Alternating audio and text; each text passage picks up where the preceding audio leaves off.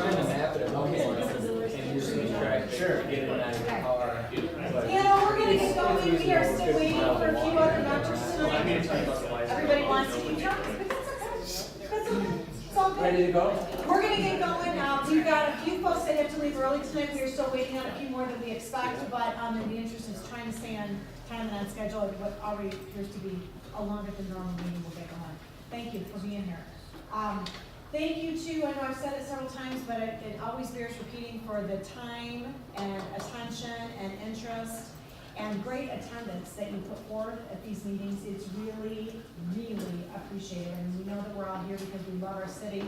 We care about the issues and we want to make a difference in coming up with some great solutions, and that's not always easy. And arguably the next few weeks that we are together will be among the hardest that we probably face at this point. So thank you for your commitment.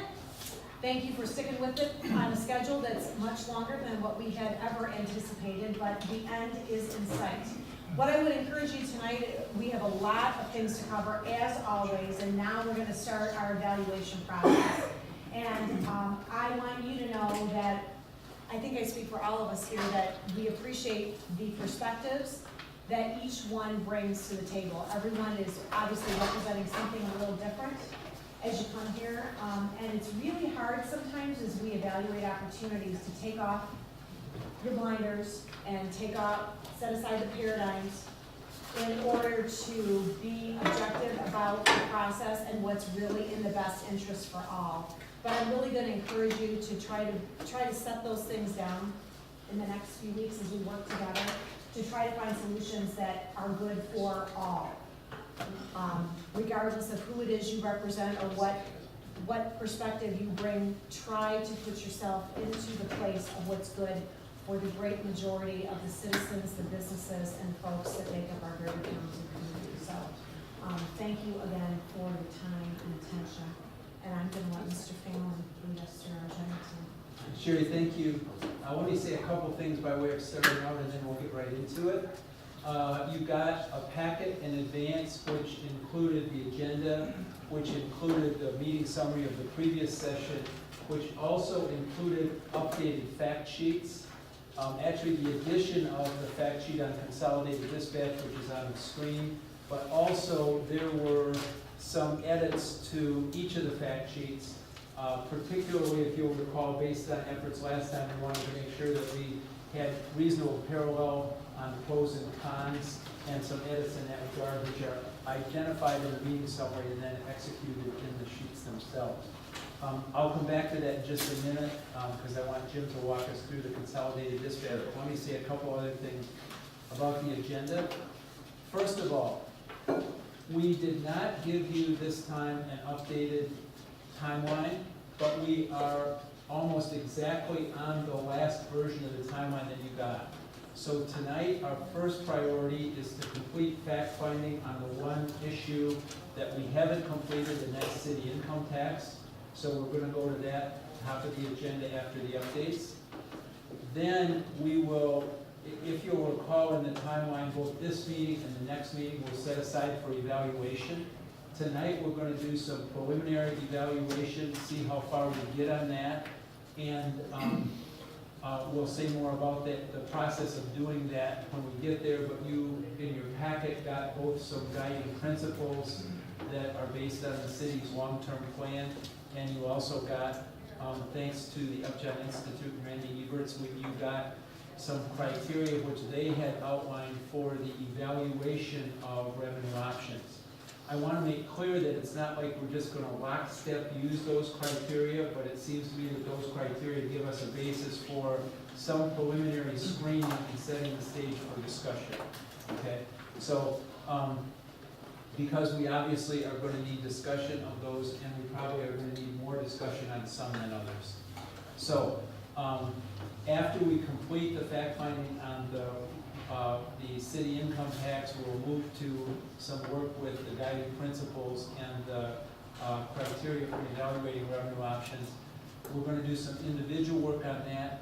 We'll take a dinner break. During the dinner break, they'll synthesize the individual scores, and we'll see where we stand on that for discussion and so on. what I'm hoping is that we can get far enough tonight that we've got a manageable list of options that we need further work and discussion on in the next meeting. So we'll go from there. Any questions about the agenda? I know the time is somewhat up in the air, but we're still gonna try and manage it to reasonableness. If I see people starting to nod off, I'll know we're exceeding the appropriate limit. Any questions? We good? Okay. So what I'm gonna suggest is I'm gonna have Jim do update on, if you'll recall last time, we basically did a separation of consolidated dispatch authority from the other possibilities for countywide law enforcement authority. We thought the consolidated dispatch was a better near-term option. We saw the others as more long-term. And so we separated it out. And Jim, I'm going to just let you make whatever comments you might want to. Yeah, real quick on this one, the dispatch authority is already created, so, in fact, we're very close to, entering into a contract with a director, and, that's the first big step to get this all moving. So, basically for the city of Kalamazoo, what we'd be looking at is, assuming dispatch services, all of that transfers over to this authority, which it will, we would see a freeing up of resources that we're devoting to dispatch of between $1.4 to $2 million per year. And the reason that range is in there is because right now, the consolidated dispatch, or what's there, what is dispatch, 3 of the PSAPs are operating out of our crosstown facility. And so that generates some revenue that if dispatch were to go somewhere else, that could impact negatively our revenue stream. So that would be the lower number. And then the higher number is if everything is co-located right there at crosstown. So again, 1.4 to 2 million a year. Now, since it would be a transfer of dispatching, the dispatch authority would have to look at how it's going to raise its revenue. And the two likely candidates are a countywide surcharge, which would have to be voted on by the public. And right now, there's a 42-cent surcharge that's being assessed that is just to start up the authority. But anything higher than that would have to go through a voting, be approved by voters. Otherwise, we'd be looking at some sort of countywide millage for it, and none of those discussions have happened yet.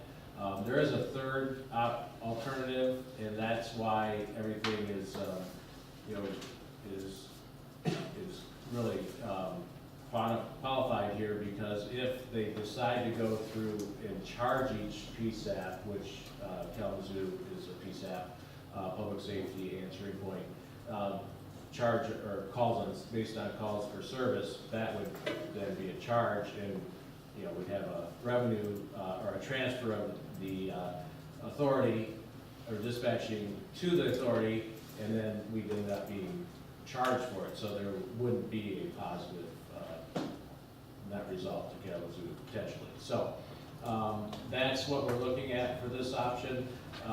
More than likely, this won't be implemented and in full effect until 2018. So we've got a couple years for implementation, bringing in 5 of ESAP. So that's Jim, this, question. yeah.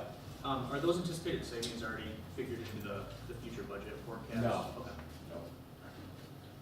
Because of the uncertainty of.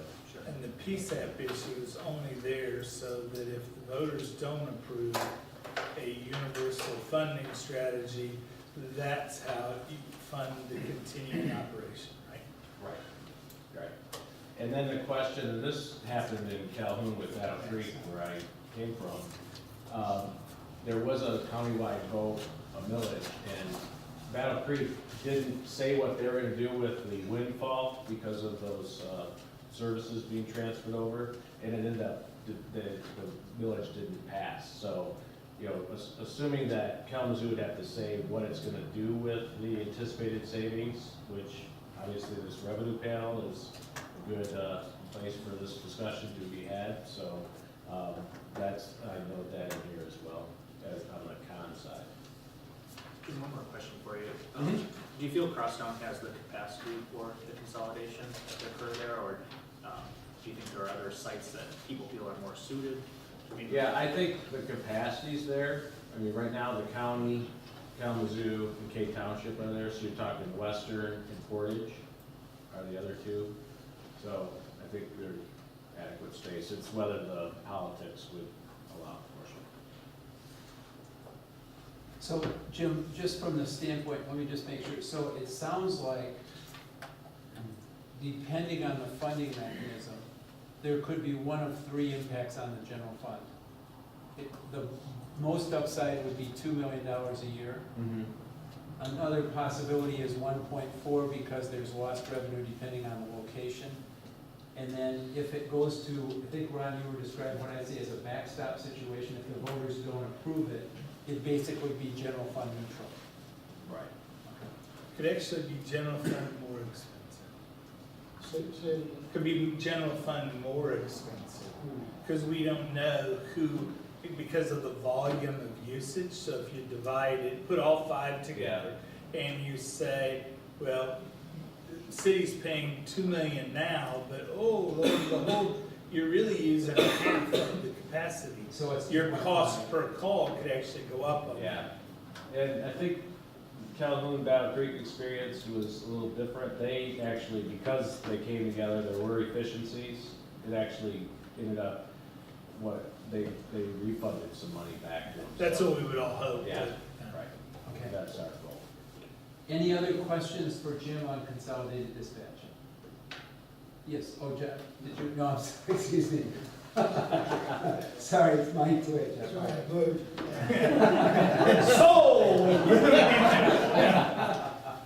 Okay, I'm gonna just say a word now about the revenue, updated matrix of revenue options. I have it here, but I'm gonna wait and distribute it when we get to that point. What you'll see is two things. First of all, it's been updated according to the three things. It's been updated in terms of the column titles that we talked about last time.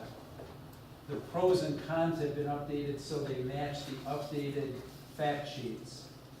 And we've printed it in a format that is large enough for you to see it, okay? That is to say, those of you that are as sight challenged as I am can see it.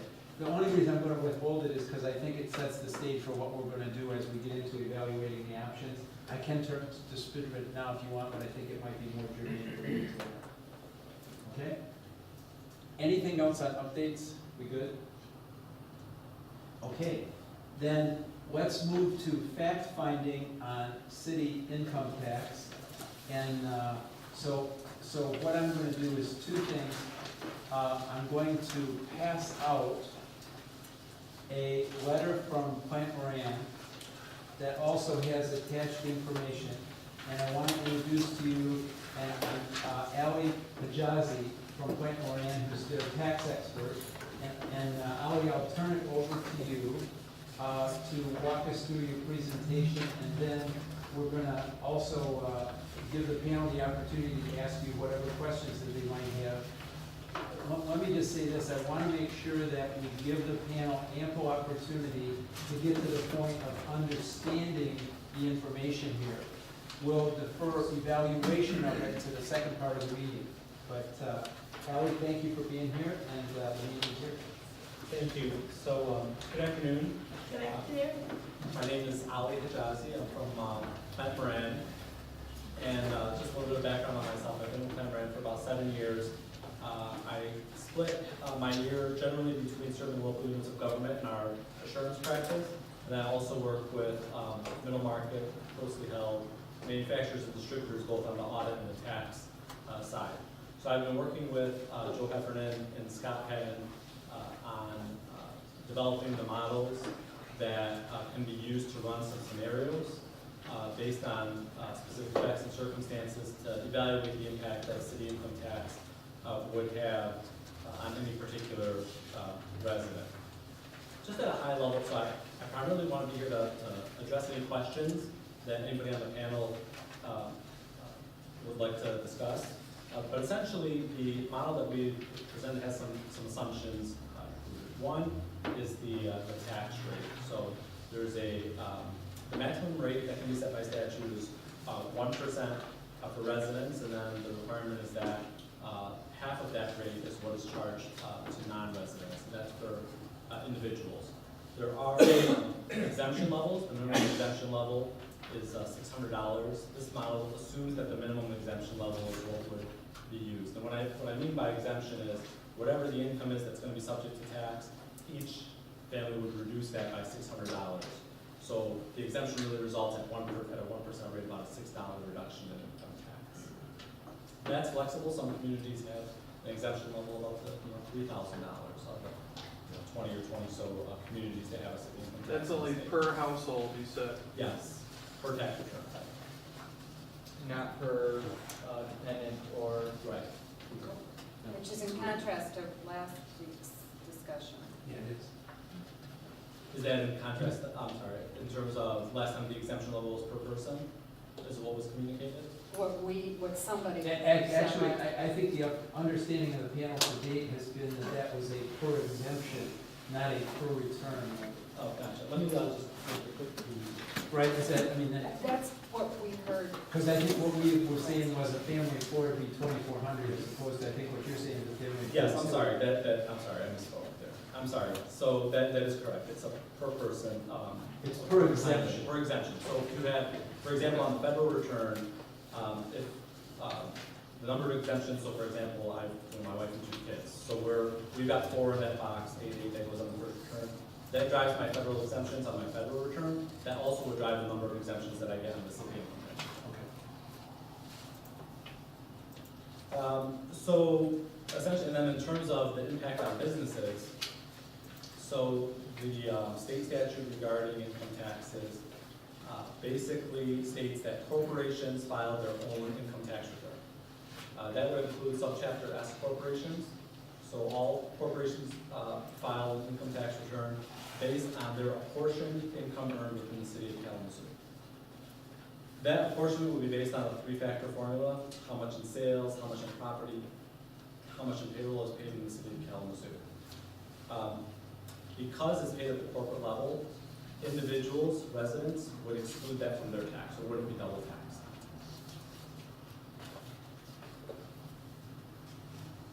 The other piece of this is partnerships. I'm sorry, Let me, can I ask you another question real Yes. quick? I'm not sure I understood that last part. You said if the business is paying tax, it's exempt from the personal return? if it's an S corporation. Okay. Oh, for Okay, yes, okay. okay. Right, so, It basically is a tax to the corporation, it doesn't pass through to being a double tax on the. right on the individual. So that's, thank you very much. Thank you. Do you feel better just pulling up a seat with Yeah, us? please. It would be easier for me anyway. Oh, Join yes, us. no, yes, Yeah. that's it. But sit over by John, just in case you're not too loose. Well, that's why I was trying to push him away. Everything was fine here until I stood up, so I'm sorry about that. And, Well, you don't get any sympathy around there, let him fall over or something.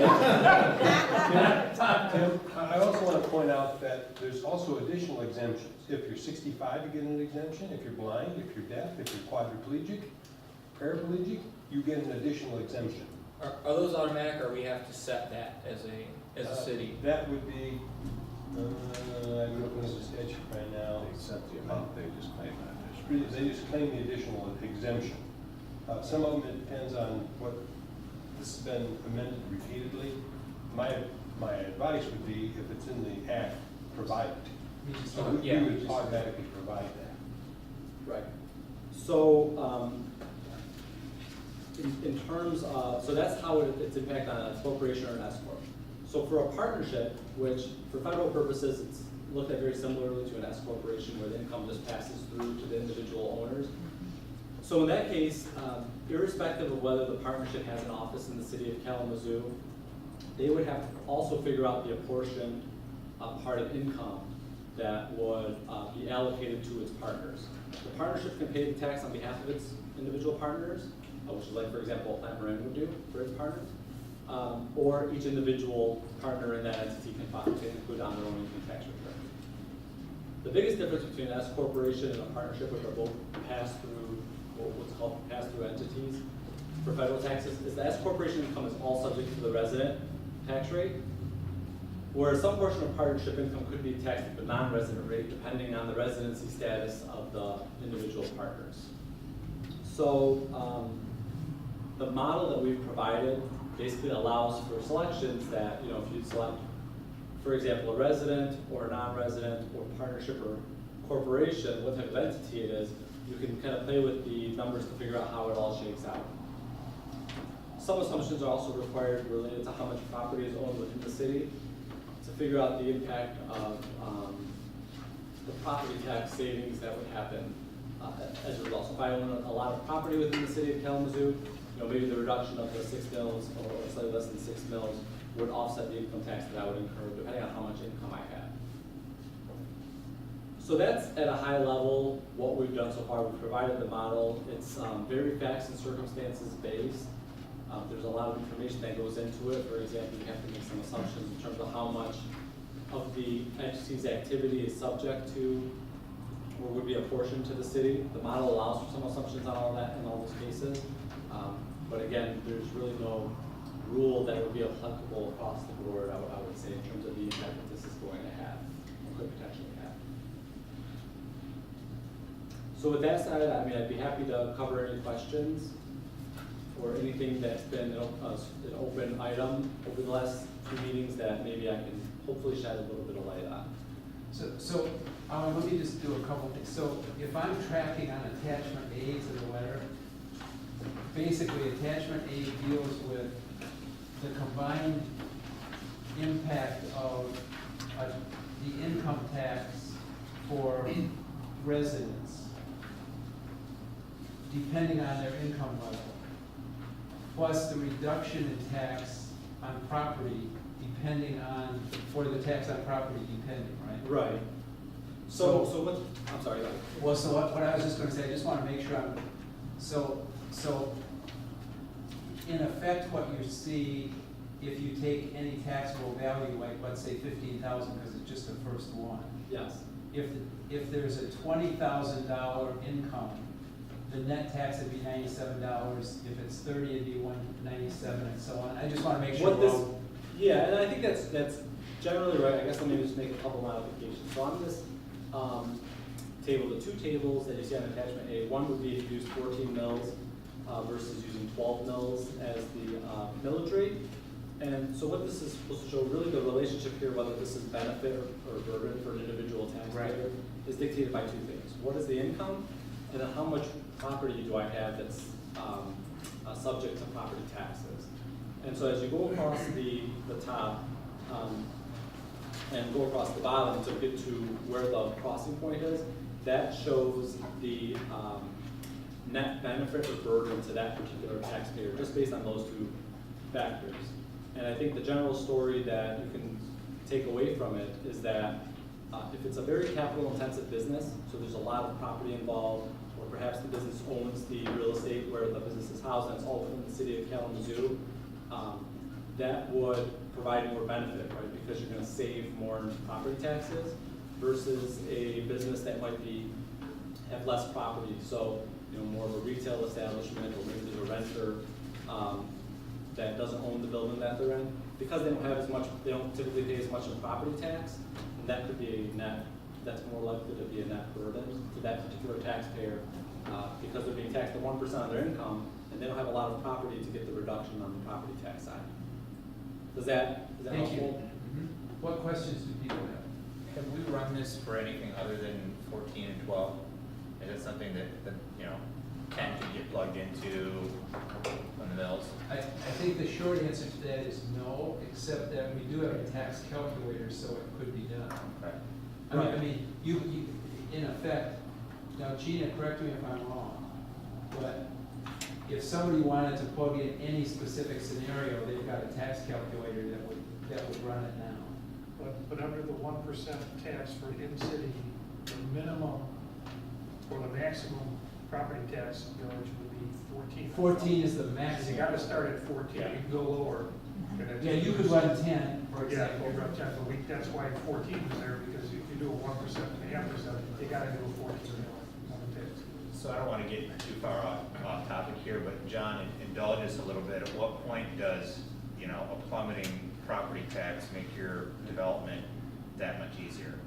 Well, that's the number one thing that I hear. You know, I just met with a couple developers that everyone knows around the table, and they just don't develop downtown, and that's because first thing they say is property tax. So that's on their mind. Now, I also met with a potential renter who's coming in from outside of Kalamazoo, and I don't know, you know, the 1% is going to be significant. And if I had brought that up to the table, they would have been, the stature would have been much different.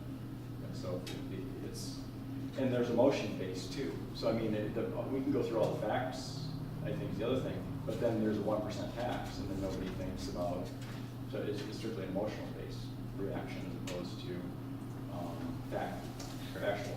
So I know of 3 potential builds that we would have,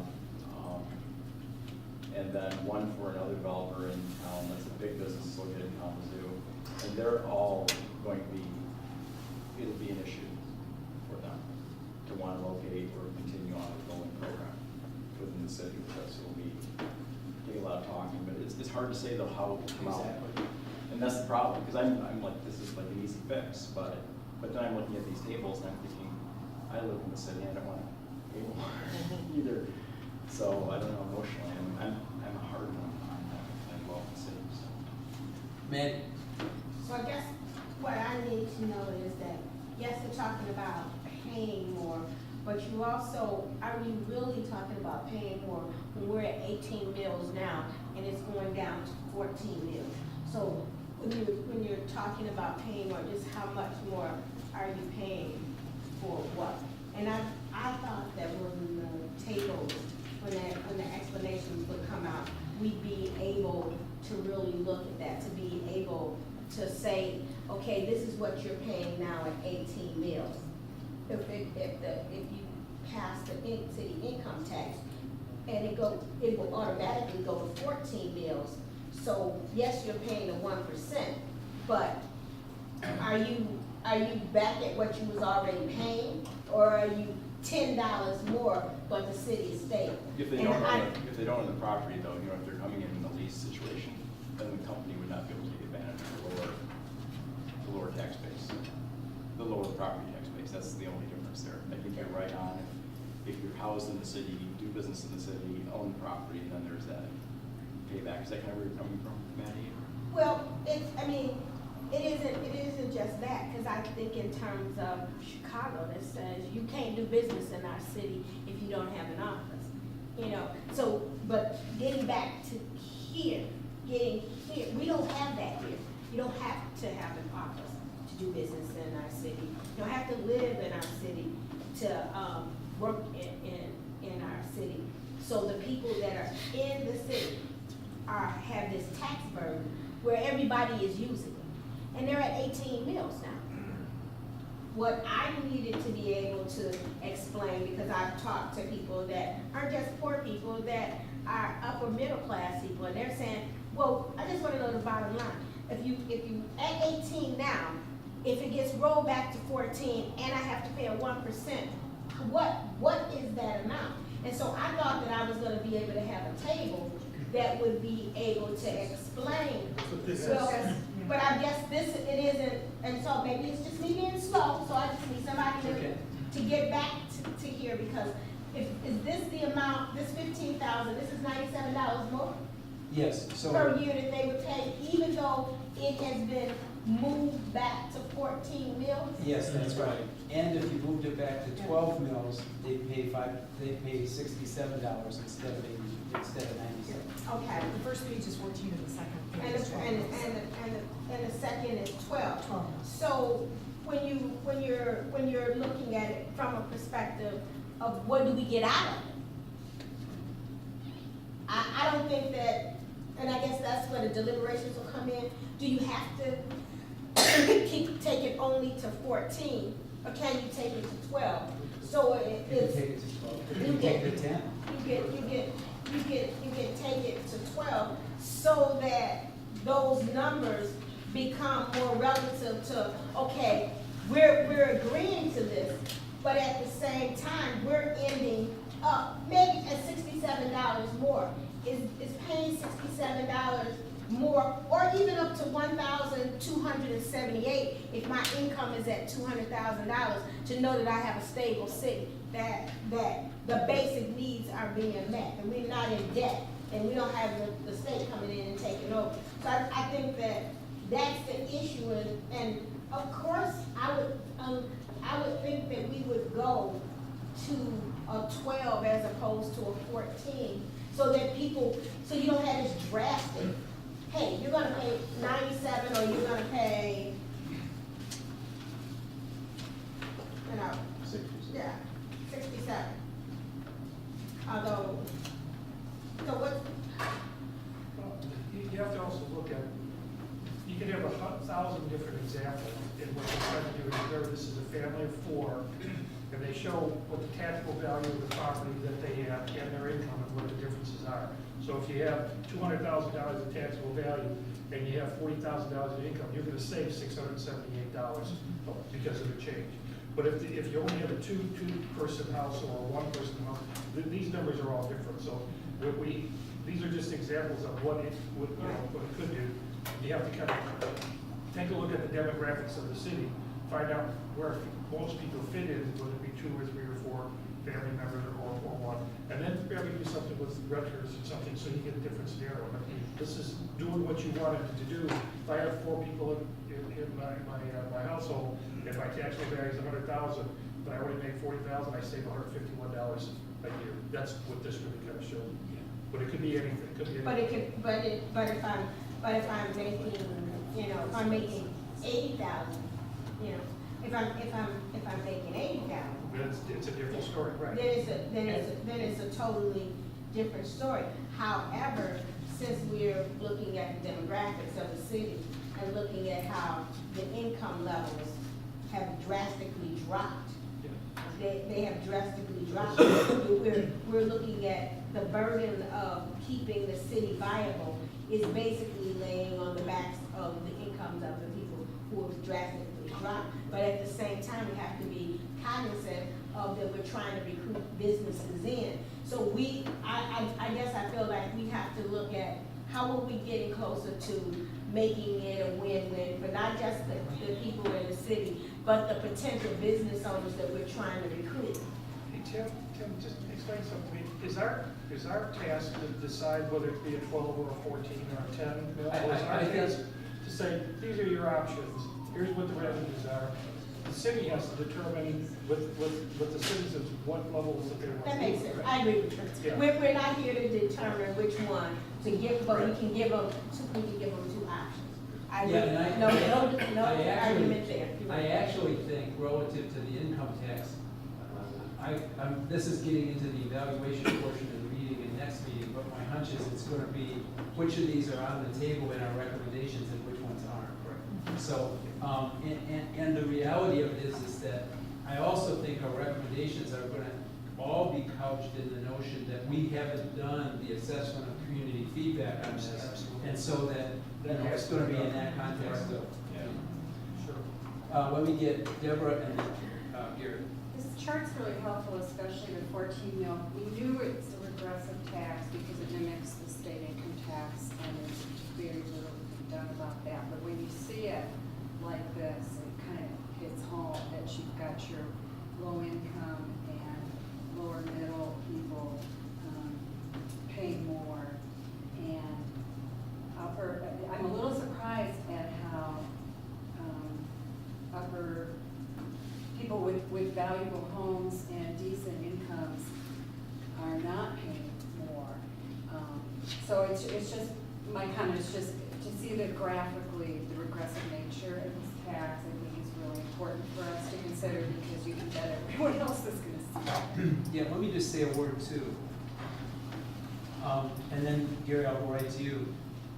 what you're gonna see in both cases is that if the person is, if the individual is a renter, there's no property tax reduction.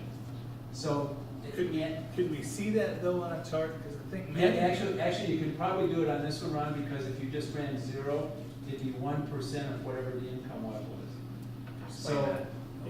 So it'd be $200 at 20, if individual, it'd be 1% of 20,000, which would be $200, $300, $400, $500.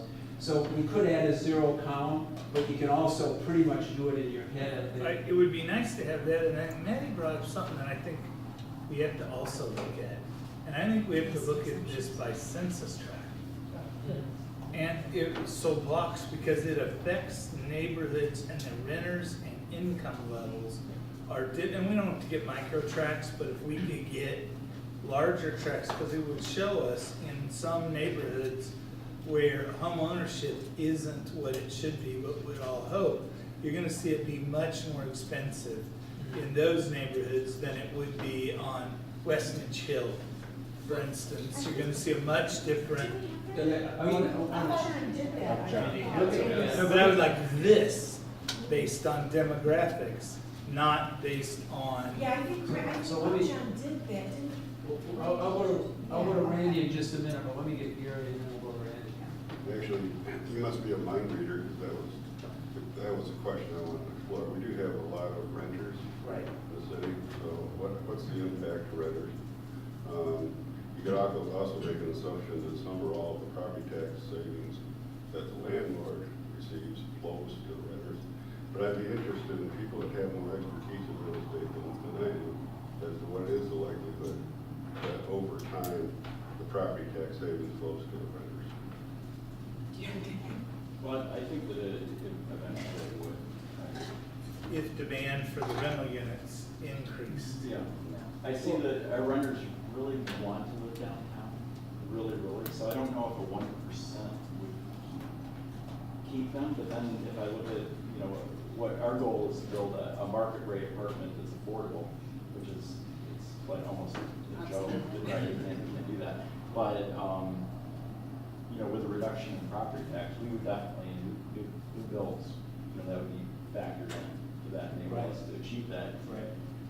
But they're gonna be paying more to live in the city too, but probably not as much. So I don't know if the rental situation would be horrible in what market that we serve for that. But now, moving over to the commercial side, I don't know, I don't feel really good on the commercial side. Well, yeah, let me just, Matt, I'll come to you, but Randy, can we go to you, because I know the Uptown Institute did some neighborhood impact study that was presented, I think, in one of our early meetings.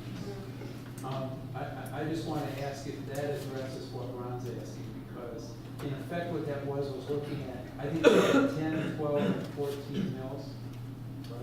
Yeah. It did 12 and 14 for sure. It did, but it did 12 and 14 for sure, to show the impact neighborhood by neighborhood with color coding. Right. So that is on the website, and, do you want to say anything more about that, or Ron, do you have a follow-up question? Well, I guess I'm looking more color coded. I need real dollars. So if we're gonna, let's take the average person that Maddie serves in her area and say, okay, the average person there, I'm making up numbers complete, 68% are non-homeowners. So let's use them. You really are making. I'm wild. Yes, the foreclosure did kill us and the developers, but it's not 68 in my neighborhood. I don't have any idea what it is. Okay. So Okay. But we're just gonna pretend. Yeah, Okay. so we take that number and then say, and the income is this, so for that person, here's what this looks like. There's this number of people in there, because we need real things. So this gives us an idea. I mean, some of this it's great. There's nobody making $20,000 a year living in a $400,000 house.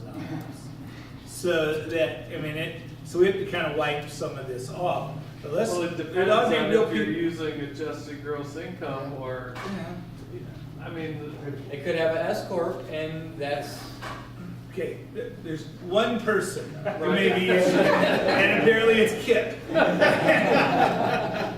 I think you also have to look at that if it's based on the amount of money you make.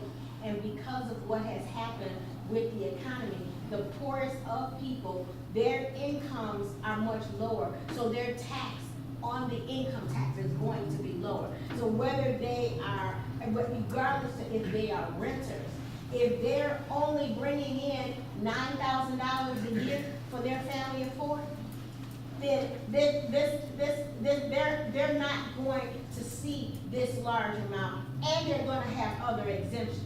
So if we're being realistic about what has happened to the poor, they are paid less.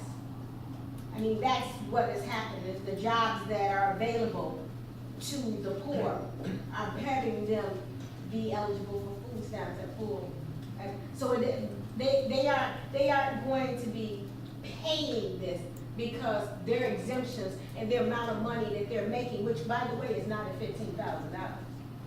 So let me, I want to make sure that we stay with fact finding, which you are very good at. So what additional facts, so Ron's asking for something additional that I want to make sure we understand so we can get it for the next meeting.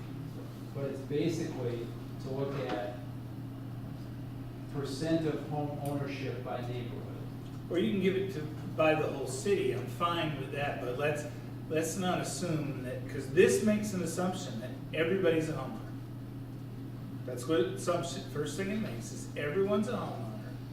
And that, and everyone has these basic income levels, and I don't know what that percentage is. So what really is the average There should be a way to income stratify. level? Well, actually, Yeah. The census said. I mean, the data's there, I'm just asking for it to be incorporated here. Randy's data has that, so I think so I think what we could do with these tables is insert an additional row that was renter, because they're gonna get a zero tax, they're gonna get zero break in property tax. So, you know, you can do it in your head, but we can add that, I don't think that's an issue. And then, I think what we probably could do, I think what you're asking is less the aggregate for the neighborhood than some typical scenarios in the neighborhood. Yeah.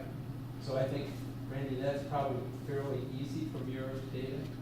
That's easy for me to say, you're the economist. Well, I mean, every neighborhood, you can put in your own numbers. And Randy, I don't know that I need it by neighborhood, I'm just trying to make sure that we aren't assuming every place looks like, I think Weston Chill was the. In August, we gave it to you by neighborhood. We gave you the percent renters, we gave you So what the, we could create this what the sheet. net fiscal impact would be, tax liability impact would be on an average person in each of the neighborhoods. Now, but the real issue here is the house value relative to the income. Right, exactly. And so, you know, there's a break-even point in which if your house value is higher, then you get that bigger break because of the going from 19 to 14 to 12. And so, in some neighborhoods, that's going to happen more often than in other neighborhoods. And we also gave you the percentage of homeowners in that neighborhood that would fall above that break-even point. And so, how many are actually going to benefit from having this type of hybrid tax, both an income tax and a property tax? So, Yeah. Do we have the opportunity also to look at this slightly different, and that is to look at the non-residents and what the total tax burden is on non-residents working in the city? They're not impacted at all by a rollback. Yeah, And you can say that you don't care about them, but that might be interesting to consider. I don't know if we have data to show what an average wage is, Yeah, we do. and then extrapolate that into the number of non-residents. We have that number, and then extrapolate that into what that generates in terms of additional tax revenue We have from that. non-residents. Yeah, right. It's just, I mean, while we're looking at homeowners and what the impact is on them, why don't we look at the other all in piece of the puzzle? presentation in August that we gave. Yeah, I thought you were. So, Wait, I might want to hear Matt. Yeah, go ahead. Two separate points. One, just in regards, as we look at renter versus non-renter, I want to caution we don't look at the income tax in isolation, because almost every other option we have is a tax raise, which is then going to be increased rents. So when we say an income tax is going to hit renters, yes, absolutely. But so is a capital millage, so is any countywide millage. Any tax increase, we can just assume that's an increased rent or an increased tax liability on renters. Because I don't know many landlords that are just gonna say, yeah, I'm making $200 less a year per unit. They're gonna eventually pass that on. So that's just, as we get into deliberations and look at that tax liability on renters, just keep in mind, it's not in an island. Right. We're talking revenues, it's gonna come from somewhere. And, renters are gonna be hit no matter what, I think, unfortunately. The other was just in regards to that map. What I think maybe we're missing, because it showed the homeowner, just like this table does. It showed what the impact, the north side actually came out ahead. The worst hit neighborhood was West Midge Hill as far as savings versus new taxes. But what it didn't show was that average person. So, take that map, we have one for homeowners, but just everyone. So add in that how many are renters versus how many are homeowners, and have that same similar type of map that shows, okay, well, yeah, it might be good for Northside homeowners, but Northside residents on the whole, it is what? Good, bad, we don't know. So I think, when I think about neighborhood data that we don't have yet, and I mean, we have it, it's just not in visual presented to us yet, is that neighborhood impact, not just homeowners, but everyone. Here's the other thing that I want to stress is we do have a tax calculator that Pat Moran has put together. So at the level of any individual, either resident or non-resident, or any business, either in the city or out, we can virtually instantaneously calculate what their impact is. Now that doesn't show aggregate by neighborhood, but it would let you run any scenario for either a business in the city or outside the city. Is this live yet, or is this something that? No, this is live, this is live. No, but live meaning, can anyone go use it right now? Oh, that's, It'll be live after this meeting. Okay. On the revenue panel portion of the city's website?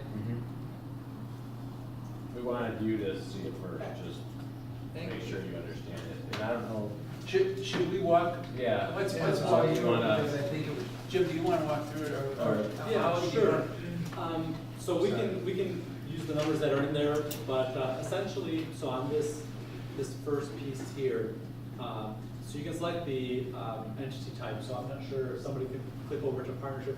So there's a drop down there where you can select either partnership or Could be C corporation. corp or S corp. C corp or S corp. So in this case, we have partnership selected. So then you have owner residency. So if you remember the comment I made, if you're a partnership, the individual partners are taxed based on their residency. So you can select resident or non-resident. In this case, we selected resident.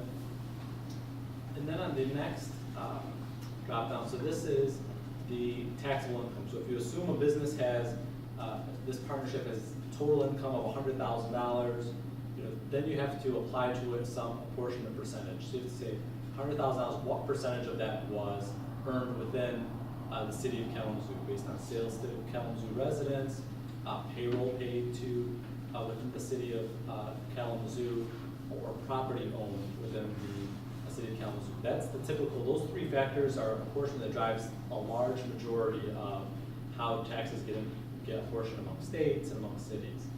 So we just assumed for this example 50%. So that, obviously simple math gives you $50,000 of taxable income for city income tax purposes. And then the other piece of the equation, just like on this chart, is, well, how much taxable value does this business have in the city? So if you have $100,000 of property, then you can scroll down and you can see kind of how the math works out. So if you scroll down just a bit. So the income subject to tax would be $100,000 in this case at a 1% tax rate, when you see income tax of $1,000. The taxable value owned within the city is $100,000, and the property tax savings is basically the 5.27 mils applied to that $100,000. So that gives you the property taxes, and then the total net tax effect would be a $450,000 $473 increase in city income taxes. We go back and redo that as a non-resident?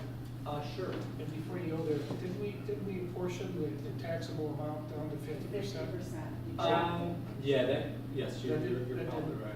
So I think, Fall back into the income tax. The income tax amount should be 50,000 times 1%. yeah, can you go, Tom, down to the income subject to tax box? Income subject to tax up at the top there? Line 19. Yeah.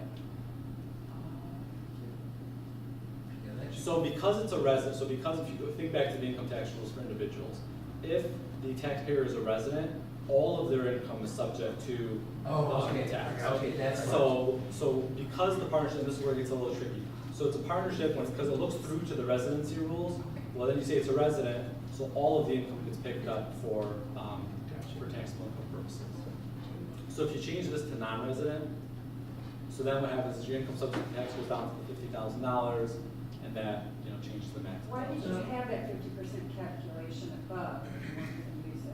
Well, it's there because, so that if you change it, for example, if you Depending change on it what- from resident to non-resident, but we set up the formula so it should know, once you input all those assumptions, it will know which rate to use and which income to use for purposes of this So calculation. can you take the property away? So assume they don't own property Right. in the city. So non-resident with zero non-resident. So if you want a non-resident, and then you would go down to line 15 and make that 0. So line 15. If you want to go. 15, line 15. The shaded one. Down. Yeah, so they So don't we own made that property. 0. Right, so now you have no taxable value owned within the city, so there's really no property tax savings. So their increase in tax is $250? Yes. Yep. And then does it get screwy with you have one partner's resident, one partner's non-resident, or one partner lives in another city that collects an income tax, is that? Yeah, so you would, right, it would actually, because you would have to look at this, if you're talking about a partnership, you would have to basically run the assumptions based on each individual partner's facts and circumstances.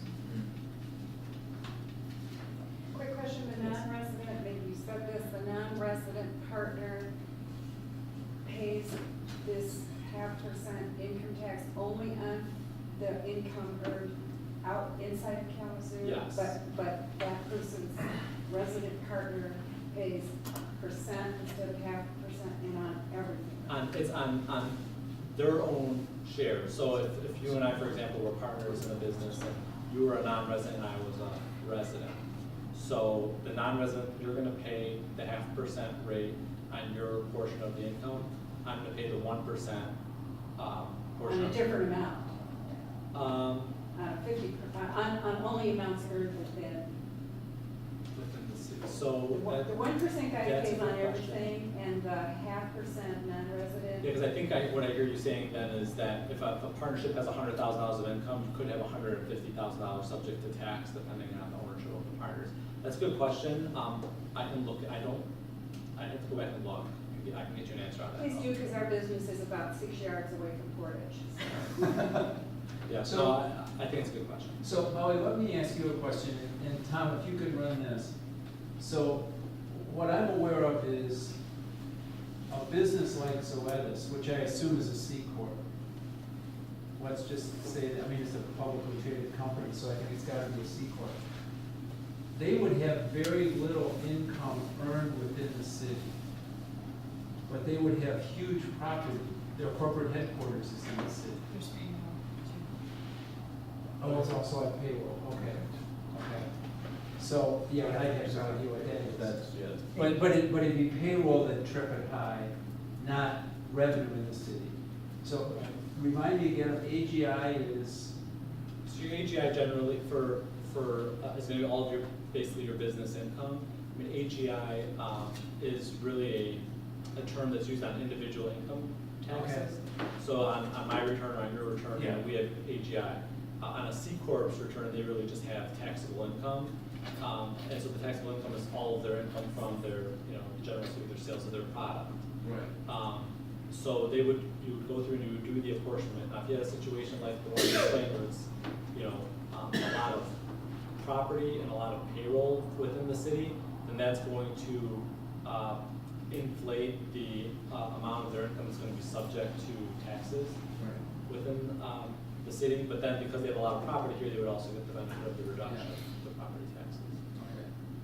Can, Go ahead, Nate. no, why don't you finish? No, I'm this done, one? I'm done.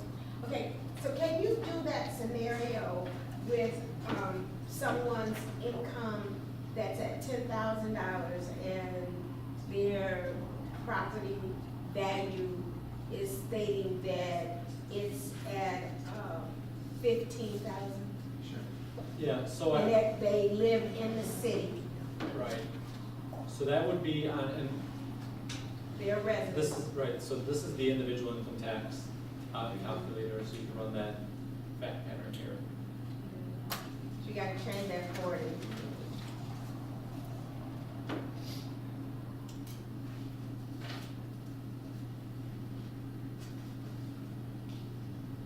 Okay. So now, Tom, can you make that a little bigger? Sure.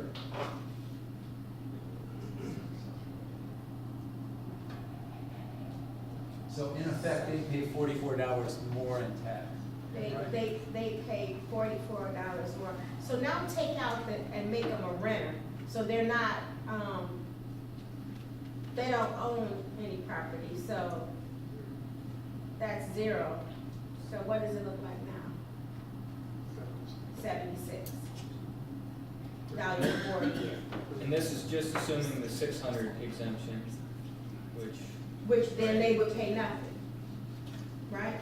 well, no, this No, has it's- the 600 This exemption. has the. That has it in. But it could be, the exemption could be potentially increased. We would So the commission could choose to increase the exemption. Right. I think Ellie said, there's communities that go up to $3,000. Yes, I can't remember which community it is, but I know there's a You community. can- Ollie, may I ask you a question? In the communities that have raised it, is it specifically to ease the burden on low income? And maybe that's asking the question you can't answer. Yeah, I can't really answer that. The last, as you may know, the last city to adopt an income tax would have been, 20 years ago. So there isn't a whole lot of recent data, although I don't know honestly if any of the amounts of the exemptions were changed since then. So this $3,000 exemption, I assume is not probably from the 80s, but, Okay, and you may not be able to answer this either, but I have an assumption that may or may not be right, that no city has tried to pass an income tax with a commensurate reduction in property tax. Do you know if that's true? I don't know if that's true. Just a technicality on the income tax. Say you get an organization that's located in Kalamazoo and has a lot of buildings that are in Kalamazoo and not in Kalamazoo. So I assume that the employees that work in those buildings, not in Kalamazoo, not residents, they don't pay the tax, but if a building in Kalamazoo, they do pay. You're talking about the employees now? Yeah, where they work. So if they don't work in the city of Kalamazoo, and if they don't live in the city of Kalamazoo, I don't think they would have any Yeah. Kalamazoo. Yeah. But if work in they the do, city of but if they do work in the city of Kalamazoo, they're gonna have an Yeah. Right, yes, that they would be subject to non-residents. So the other way to think about that is, for example, if this were a retail organization with stores in 5 cities, they would only be dealing with the retail operations in Kalamazoo as the taxable entity. I'll give you a good example. Family Children's Services is gonna have a branch office in Portage. So folks on Lake Street would get, tax their income. The 10 people who are gonna work out of where its location. Zoetis has employees in 3 different jurisdictions in the county. I'm sorry?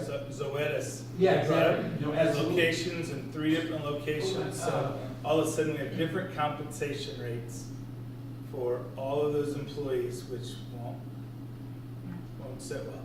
And another example is Kalamazoo Central's in township, and Newark's is in the city. Oh, interesting, okay, Yeah, yeah. so Yeah. Yeah, so depending on which school you teach in, your taxes differ. Right. And, but you still have to look at the scenarios that has to do with when people are doing the long form and saying what taxes they're paying and how it affects it. And we're not looking at, we have to start looking at the whole picture, and we can't pigeonhole how the inequities are when we're not looking at the whole picture. When it comes down to them filing those taxes after from what they pay. I have one quick question Sure, about the please, Kim. exemptions. Yep.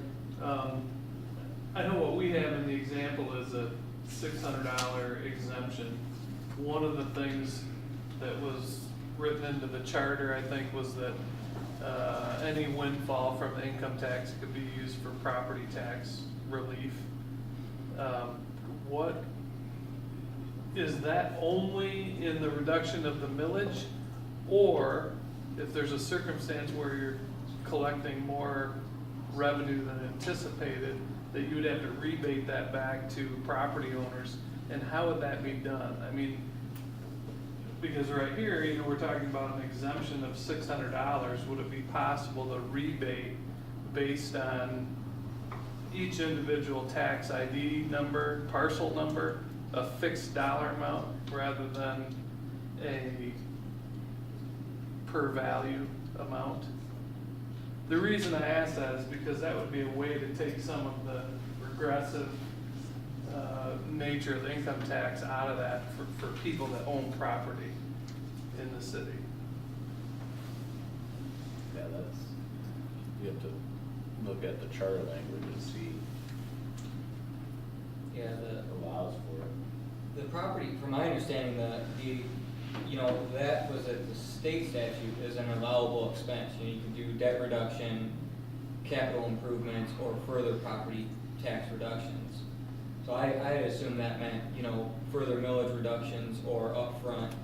I thought it said property tax relief, so I don't know how you determine that until you get all of the money collected. How do you know what the windfall is? How do you know, if you determine, yes, we want to make it all property tax relief, you're not gonna know what that number is until you've collected the revenue. So it seemed like there has to be some type of way of rebating property tax if you have an income tax windfall.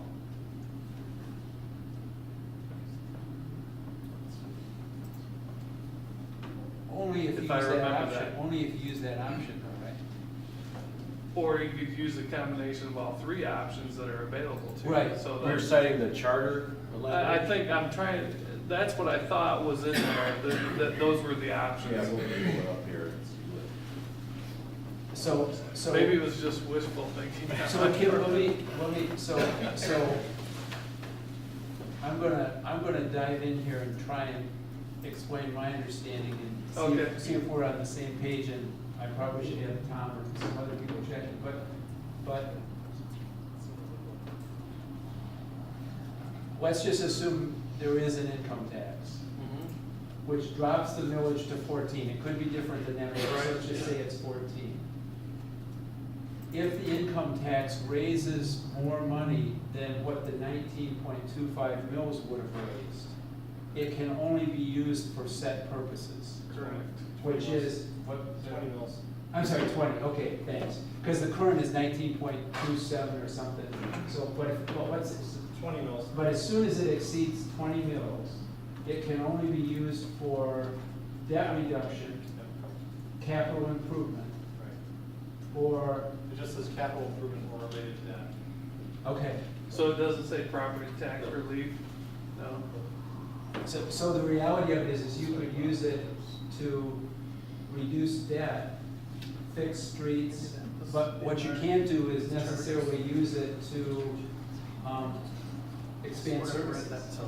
Right, you can, however, increase the exemption amount. Right, This is the language of the charter. The charter says that basically the combination is once you get the same as if you were collecting 20 mils. So I'll read it verbatim, I'll read it slowly. During any period in which a city income tax is in effect, any revenues from both the property tax and income tax which are in excess of a sum equal to 2% or 20 mils of the assessed valuation is equalized shall be placed in the capital reserve fund and used only for capital outlay and related debt service. Period. Was wishful thinking on my part. Yeah. What does that look like in real numbers? So if the city, what does that look like in real numbers? So the city's budget, if we have a $5 million a year shortfall, just to simplify it. And we lower to 14, we increase based on the calculations that Upjohn Institute has done. When do we hit that number equivalent to the 20 mils? Whatever we're collecting on 20 mils now, that's, and we have to redo that every year in order to determine what's our 20 mil base. The beauty of it is that anything that goes over that is going to go to capital funds, which again pulls out of the general fund, which is paying for capital improvements now. So you free that up from the general fund. And you've got a reserve for capital improvements, and you're talking about buildings and streets and all that. In the math on that, the numbers are in Plant's July report at the end in Appendix B. It shows the calculation going, what 20 mils would have brought in, what 14 is, and using the calculator, the calculation with income tax revenue combined with the property tax. And so baseline 20 mils would bring in about $30 million. The total of the property and income tax would bring in $40.7 million. And so that difference would go into the. And what year is that? This is based on, let's see, what year would this, I'd have to check with. Yeah, we'd have to check, I'm not sure, I'd have to check with Joe and see what year he used, but I would assume it would have been, the most recent audited. Well, but I guess is that year 1 of implementation, or is that year 5 of implementation? It'd be fully implemented, so. So it could be, so if we, safe bet's year 3. Yeah, I think So at a year 3, we've reduced the deficit from 5 to 0, and we've created a $10 million surplus that then can be It's like used. 6 point something surplus at that. That's what I was thinking about. What Jim just said was 10. Well, That's that's the a total. surplus. Oh, okay. Some After that the- implies after that- the- So it's six or so. So it's a So 6 5.5 would be used to help the general fund. Right. Eliminate that, and then about a little over 6 million into. So a capital. $6 million surplus that the council can really put anywhere they want because they're trading chess pieces on the board. Well, Towards they can only capital. they can only Or use the related to 6 that. for capital. But then have to fix it. Yeah. Yeah, then it affects the operating, so they can move it to operating, so. Now let me ask kind of a follow-up question. If for some reason, we decided to change the charter so that it could be used for property tax relief, is that something that's within our ability to do, or would the state not allow that for some reason? Property tax relief is really problematic because you have to follow the General Property Tax Act. We have some ability with the City Income Tax Act to make some adjustments, but property tax has got to be uniform throughout the state. So if we did something, it would probably still be based off your taxable value, not a flat rate. Everyone gets X dollars back. And remember, and you still have to make sure you pass the county's equalization test. So if you're under or over assessing, you get a factor that gets applied. You want a factor of 1, not a factor of more than 1 or less than 1. So it would have to be an income tax rebate then? Right. And remember, the income tax rate is up to 1%. You can set it less, or the commission can set it less. Or set the exemption higher. Exactly. You either can accept the exemption higher, or you can go to a half. Right. A half for residents, which would make Quarter. it a quarter for non-residents, Could you just pop that in for a second? Yeah. To see what it would look like? Yeah, which, Instead of 1%, go to 0.5%.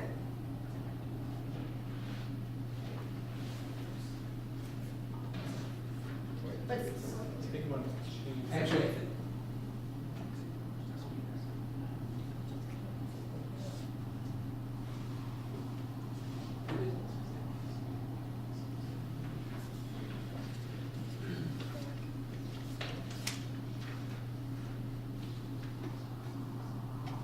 So this was the example of the renter, correct? The last example that you provided with us where they had no taxable value, that would change the, income tax to $38.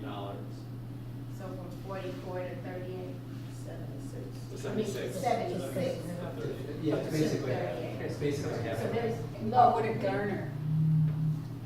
how much, Say again, I'm sorry. What would it How much garner? money? We have the numbers for the whole legal amount. Yeah. What would a lesser? It'd be It'd be about half. half. I think it'd be so half, it would be half. Three. So we're saying that it, with the 1%, it generates, Just basic, how much, 1%?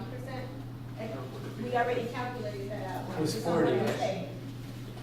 How much? If you made it half, then it would essentially take care of the deficit, but no additional dollars. And that basically the math we did, yeah, so there were 6 million, total it's gonna generate about 12. That's what I thought we said, Yeah. 12, so it would go So- to 6. So it would go to 6, It would 6 go- and a half would At go, 14 mils, it was 11.7, yeah. yeah. 12 mils, it was 8.7. so it's gonna be half. And that was at 1%, so it'd be half of that. So if it went to half, so there's nothing that says that we asked the commissioners about what 1%, when you could do a half and a quarter, and then how would it affect those businesses that, when they're going down to a quarter? The point is, though, what does it do for the,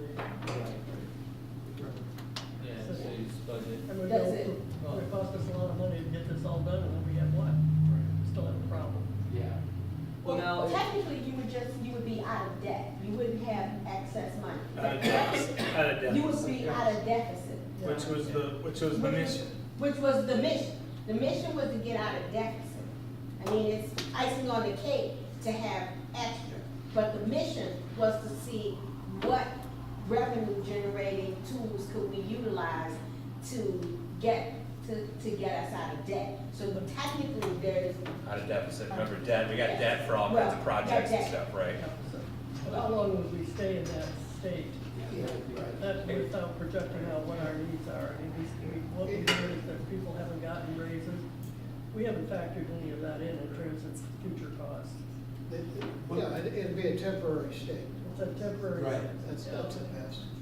Let me just try and see what additional questions relative to fact finding do people have? I had a question posed to me on financial firms or investment firms that are trusts that invest other people's money. Yes. And they reside or they're located in the city. How would those be treated under, as far as the actual investments versus the business itself, the Sure. investment firm? So so if there was an investment firm with an office in Kalamazoo, for example, if they were handling my, personal investments, they were managing those investments, those dollars of mine that they held would not be subject to any kind of business, corporate city income tax that would be paid for by the investment firm.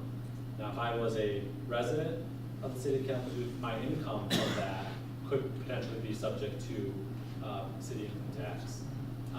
Well, presumably, I'd be paying some kind of investment management fee to this investment company. So if they were in the city, actually irrespective of whether they were in the city of Kalamazoo, if I was a resident, so they would be earning their charges in the city of Kalamazoo, then they would pay their corporate income tax accordingly, depending on what type of entity structure they are, you would follow the city points. So, say that again. So say Merrill Lynch, so first one.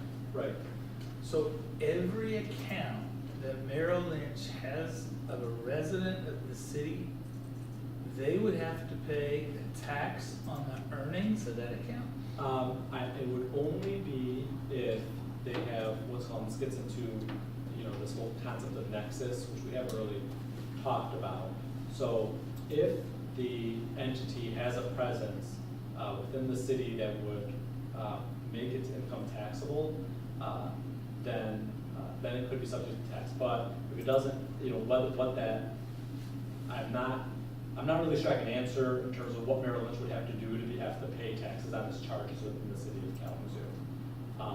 I can look into that, but I guess what I wanted to make clear, my understanding of this question when it came up before was, we wanted to communicate that the holdings would not be subject to the earnings on the investment holdings that belong to all of Merrill Lynch's customers would not be subject to income tax. So I'm gonna ask it in a very simple way, and let's say I live in the city, Yes. and I have an account with an advisory firm in Kalamazoo. And Sherry's a resident of the city, and she has her accounts with a firm in Portage. We don't pay any different tax depending on the location of the firm. Right, you're exactly right, because you're both residents. Right. So it follows that fact pattern, yes. Now, the firm that I invest with in Kalamazoo has to pay what would be normal city income tax because they're in the city, and her firm doesn't. But Yes, potentially. Right. If it's, the nexus rules get very complicated, you have to get into a lot of tax law to figure out what, creates nexus. I don't personally understand, or know what triggers that for an investment firm. Whereas for, if a manufacturer is sending sales or service people into a particular city, that could create nexus where they have to pay taxes. For an investment firm, I think those rules are a little different. I can't find out for you, but unfortunately I don't have the answer to that. They have a whole different set of rules for investment firms. Right, yes. I was also kind of curious about something. There's 4 communities that have exemptions to the income tax: Detroit, Grand Rapids, Highland Park, and Saginaw. I think it's like 2.4, 1.5, 2, and 1.5. How do they? I would assume that's probably by state legislature or special exemption approval. Yeah, it's an exemption to the statute. I don't know what would need to happen in order to levy a city income tax that would be in excess of the 1%. I was just curious because I noticed those. Right, the city of Detroit is 1.45%, so it's over that 1% threshold, but it is some kind of exemption to the statute. Yeah, there's a whole different set of laws, from my understanding, for a city above a certain size. Yeah. That has a bunch of different formulas in there. Yeah. Great Really rate convoluted. consistency. Yeah, they're like 1.5 and then 0.75 for numbers. Yeah, it like changed every year for several years, this weird formula. Made no sense. Other questions? So let me see if I can, we've got some additional information that we want, Yes. okay?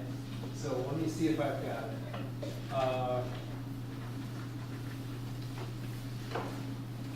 We want to look, and I think we may have this, but we want to look again at the neighborhood impact of home ownership and non-ownership. And whether it's by neighborhood or by the city, we want to look at ownership versus non-ownership at various, help me here, Ron. Census tracts? Is that what you said, Darren? Yeah, I just like a representative, averages are tough, and so if we had a clear understanding that 68% of the population has a wage of this and does or doesn't own their property, then it can be about real people and not, we have a whole bunch of fictitious people in this, the high wage, low household price. So for me, it needs to be about real people. Okay. They're really gonna, I like the man you do this, okay, change this, now here's the real value of houses. Tell us, it personalizes it, and I think we need that. Okay. Are we asking Howie to do background on investment firms? I'm not sure we need that, do we? I think that's so problematic. It is, yeah. Even trying to enforce that, even if Exactly. it was the case, I don't think Okay. it's worth the effort. I just want to make sure, we have, is there anything else we want to, and I just want to remind you of two things. The information that Plant did in their earlier meeting is on the website. The information that Randy's firm did about neighborhood impact is on the website. And the tax calculator will be on the website after this meeting if people want to run specific scenarios. Now, my question is on the tax calculator. You know, we're sitting here and we're changing numbers beyond, you know, it seems like we can change any number we want right now. But will the live tax calculator have some of those cells frozen?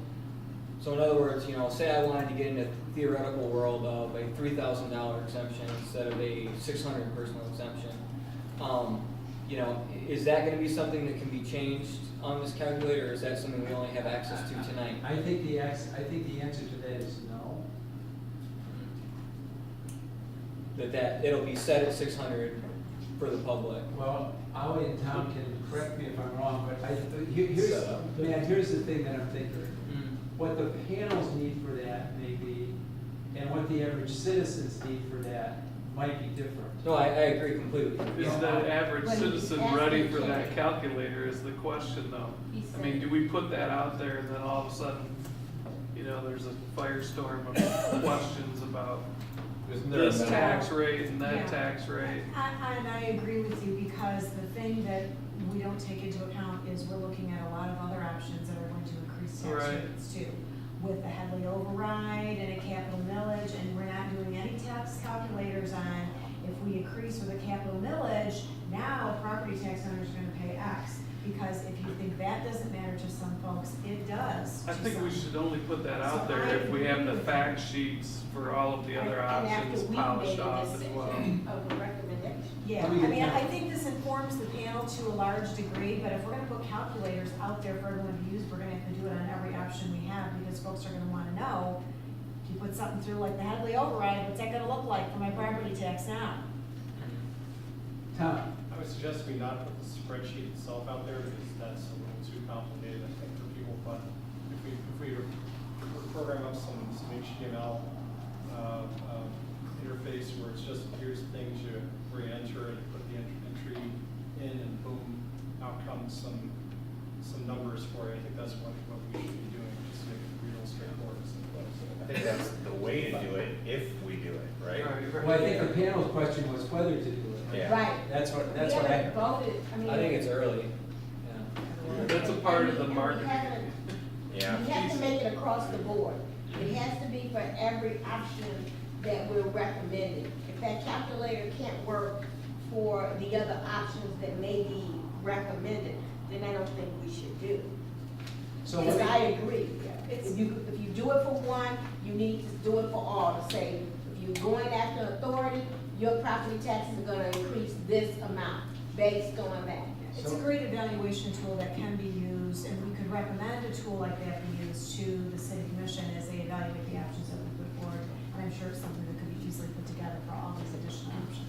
so let me make another suggestion, which is, so I'm getting a sense of the panel not to put the calculator on the website, right? I'm gonna suggest that we do put this letter on the website, but I'm gonna suggest that we, put an additional row on it with renter. So that it covers that. And I don't know if it's with a row, but it just seems to me that we do want to represent that. Because what a renter is gonna get, a renter, if you implement an income tax, the renter would be subject to tax, but would not get the benefit of the property tax reduction. So I think it's just adding a row to that. Okay? Property value. Yeah, exactly. Yeah. Now, But- but we need a non-resident Exactly, we need a non-resident line in there as well then, right? Yeah, and a Yeah. non-resident. And make sure we add in the exemptions, because it's not gonna be $200. You know, it's not just 1%, it's, you know, you have to take, this is assuming a family of 4, was my understanding of this spreadsheet, so. Yeah, you could have hundreds of different scenarios. Yeah, I was just saying, make sure it's equal with what were our assumptions for what's already in the table. Okay, so a similar one for non-resident and with a renter in both, okay? Anything else on fact finding? We good? Can we have this spreadsheet though, the panel members? Well, here's my, I'm fine with it. It is bending one of our previous rules, which was everything that Pam got, we were gonna be transparent with. That's true. That's my concern. I think you have to be careful because of the way we talked about the spreadsheet at the beginning of the meeting, that it doesn't appear that we're trying to censure something from the public, you know, that we don't want the Exactly. public to see, make it very clear that it's because of, we want it to be more equitable across all the scenarios. You know, that's the thing was coming through my mind as we were having this conversation, is like, how is the public gonna perceive this if they're watching this video? Like, I don't want anybody to have the perception that we're withholding something from people. Well, because- yeah, I don't think that we should keep it from the public. I don't think this is the right time, though. Yeah. I mean, there's still too many things to be hashed out, I think, to, At this point, it's work product. We didn't give them Right. every draft that the staff Yeah, no, it's- came yeah. up with of every item. So we'll consider the calculator a work in process at this point. Okay? We good with that? I'm just reluctant to, Yeah, I'm absolutely. just reluctant to change the ground rules, so. Okay.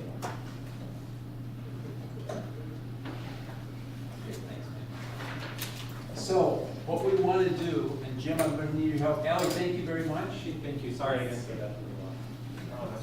It's all right, that's a great story, Calvin. What I'm going to distribute is the matrix of revenue options, which I'm going to just say a couple things as it's coming around. We changed 2 column heads.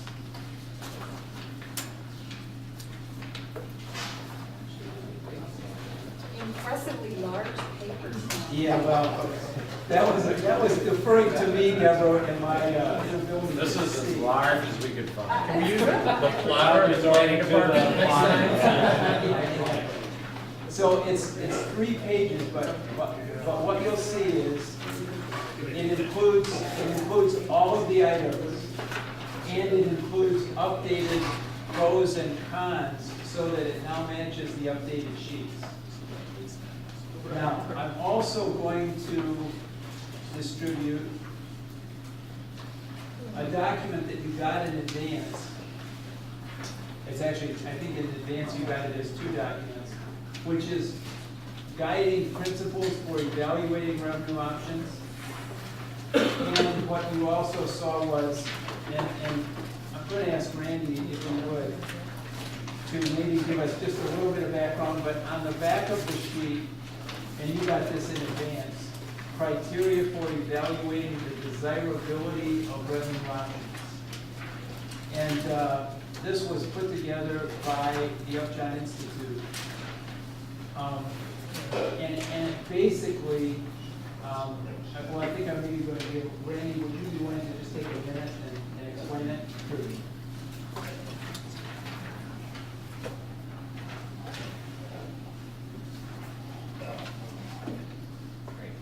Well, this is shamelessly taken from basic textbook on public finance. So there's no originality here in the, fortunately, no originality in what the basic principles are. The textbook I took it from is one by Joe Stiglitz, Nobel laureate, past chief economist, World Bank.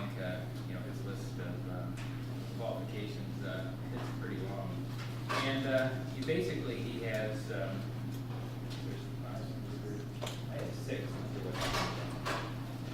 Efficiency, flexibility, oh, I forgot flexibility, but that's okay. There's 6 of them that he talks about. We have one missing here, but we can get to that. But basically, you know, the primary ones are, especially for something like what we're doing here, where we actually have services that are being paid for by a tax or taxes, that we want to make sure that the benefits that are received, that is, the benefits of the services received are in line with the cost, and the cost in terms of the taxes paid by residents. George Bush the first, you know, used to talk about user fees. So, you know, we're really trying to align services, the cost of services with, you know, especially at a city level, with those taxes that are, you know, related to that. The reason I differentiate between that is that taxes can also be used for just redistribution, you know, for no services at all, just to redistribute wealth in the country, and so we have a much more progressive tax. Or we could have taxes that are just, you know, for things that are, you know, trying to make the, we're trying to get rid of some of the moral hazards that are inherent in the economy, and so that's another way for taxing. But what we're focused on is something very plain and simple, we're paying for services. And so the last one is benefits should be aligned with the cost. So the revenue option ought to be, you know, a way in which we can, what they're kind of off, aren't they? What we have for alignment necessarily. Anyway, we don't want to distort the allocation of resources, we just want to pay for services. That's why a head tax was very popular, and the only way to distort or get around the head tax was to die. And so we don't want, you know, that to happen very often, but a lot of people, as we've talked about around the table here, a lot of people want to avoid taxes by moving outside Kalamazoo. And so how do we minimize that interference with the marketplace? Fairness, fairness is one in which we want to have it fair in terms of its, you know, relative treatment of different individuals. We want to pay their fair share, pay their, you know, sort of ability to pay at times. There's various ways to think about fairness. Those that, you know, are much higher income bracket can pay a higher percentage than those in lower income brackets because there's a lot of discretionary income in higher income brackets as opposed to paying for essentials like a roof over your head and food on the table. Political responsiveness is one in the sense that we just want to make sure people know what they're paying for in taxes. We don't want it to be very difficult or very complex. And so what you pay is what you get in terms of services. So that's a way in which people can then reflect their preferences for, you know, for the services that they receive from the public sector. Flexibility was one in which we wanted to respond to economic circumstances.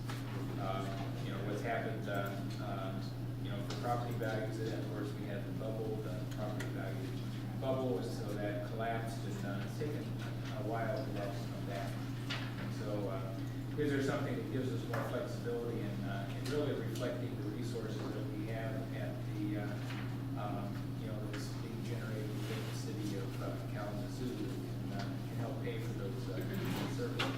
And so, you know, adding a hybrid tax of property and income taxes is a possibility of making it more flexible, as long as we can, you know, sort of balance out how much we take from each one of those tax bases. Administrative simplicity is pretty much as it says, it should be inexpensive to administer. We talk about a lot of complexities here with investment advisory and all these different scenarios we came up with. Those are pretty much in the tail of people who are going to be paying this tax. Most people are going to have a very simple, you know, form to fill out in terms of paying for these taxes. And then efficiency is, I guess that was when I talked about for alignment, but we just don't want it to interfere much with the resource allocation. When I talked about head tax and all that there. So these are 6 principles, and some are weighted more heavily than others, but you can see, you know, how these might figure into what you're considering for the different options in terms of, you know, how these play out. So if you have any questions about specific options, how they might apply, I'll try and answer those, but can we get Any general questions for Randy before we go to? So let me just say a word. I'm gonna try and manage this so that we do some evaluation relative to guiding principles and relative to these criteria for evaluating desirability. Then we'll take the dinner break, which will allow for tabulation, and then we can come back and see the results of it and go from there. Okay? Can we get that 6th principle? Yeah, flexibility. Efficient, is that the one we? Flexibility, Yeah. and I think Randy, correct me, but I think it's the revenue option ought to be able to adjust to the different economic circumstances. Right, and what we're talking about is basically business sectors. Or, you know, you have a mass, closure. Yeah. So the ability to adjust to different economic circumstances, and Right. apologize that we missed that, and Yeah. that was lost in translation, so. Now, So Tim, are you assuming these are the only ones? actually, what I'm assuming, Ron, is that we're gonna use these to evaluate, and then that's gonna set the stage for discussion. I'm not assuming these are necessary to make the decision for adults. Was there something you wanted to? I think there's two that aren't there that, because it's localized. And that's, does it increase future competitiveness? So you can create a tax that meets all of these, Yeah, so, and the city falls off the cliff. but here's the thing, I think we'll get those in the guiding principles, which we're also gonna use, because it will get at economic vitality and some of those things. And that's also allocation of resources, market mechanisms too. Yeah, the taxes are affecting the way in which Yeah. people see the city as a place. So I'm gonna distribute, so we're gonna use two rating sheets. I'm gonna distribute the first one, which the first one is based on the guiding principles, okay? And I'm gonna ask Jim if he might, so what you'll see when you get it, I'll wait till you have it in front of you, and then I'll say a word, then Jim, if you might also.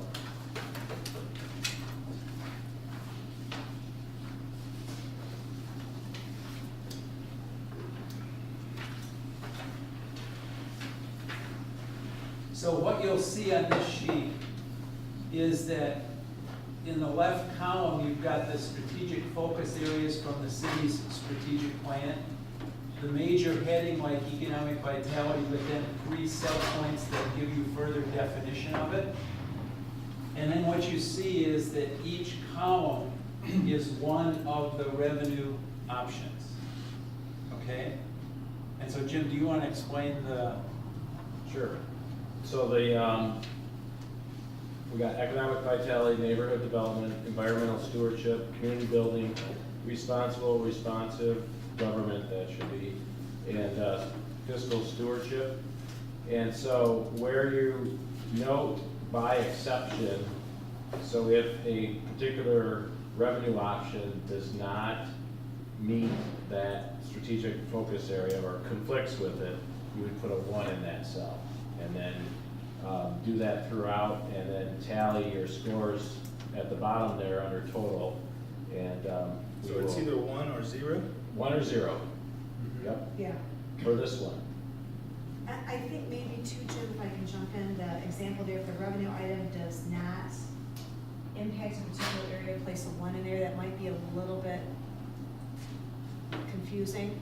So I think what the intention was is by exception, if any of these options don't align with the city's strategic focus, drop a 1 in there to denote this option puts this part out of alignment. Does that make sense? So in other words, if the income tax causes a problem with economic viability, you think that that's gonna be an issue, there needs to go a 1 in that box.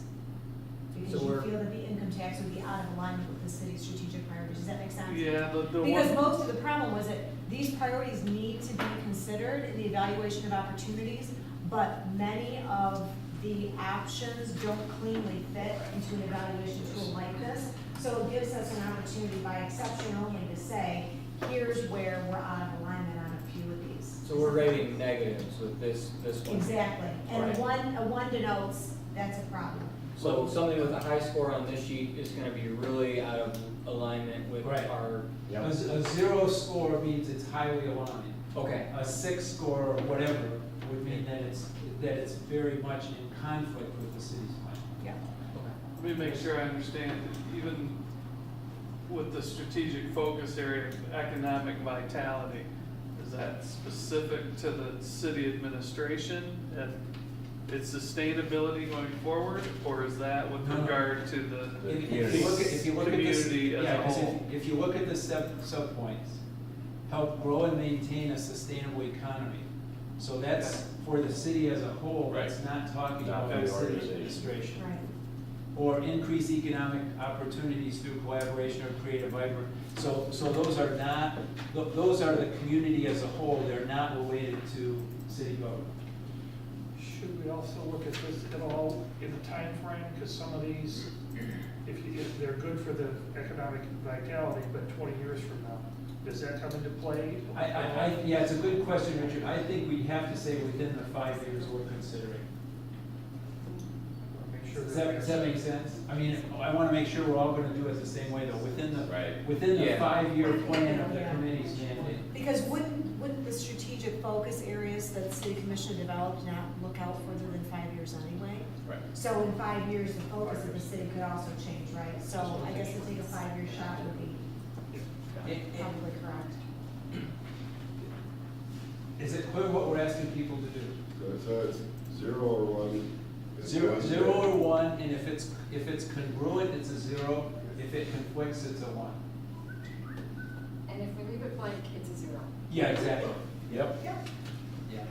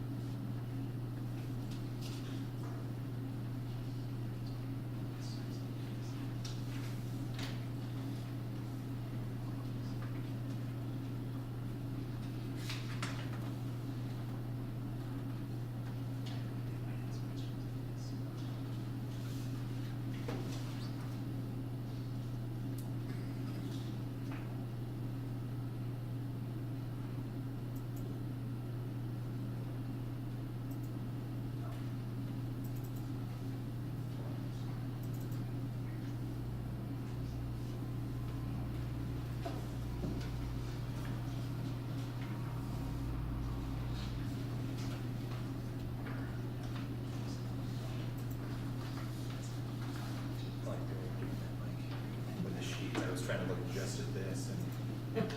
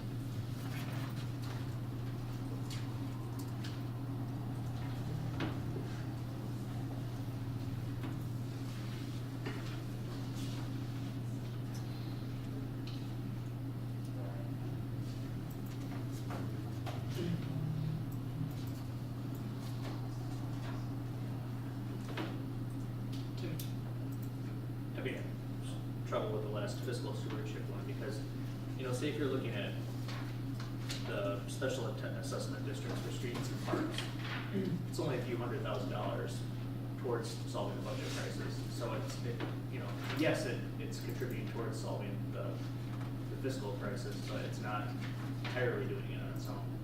So you see what I'm saying? So, What you're saying is it's congruent, but it's low impact. yeah.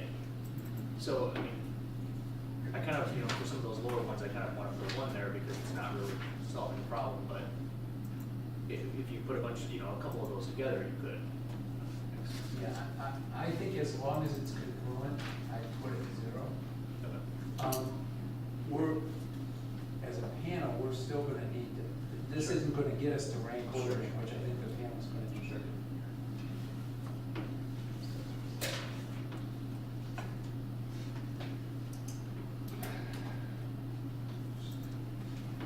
Let me,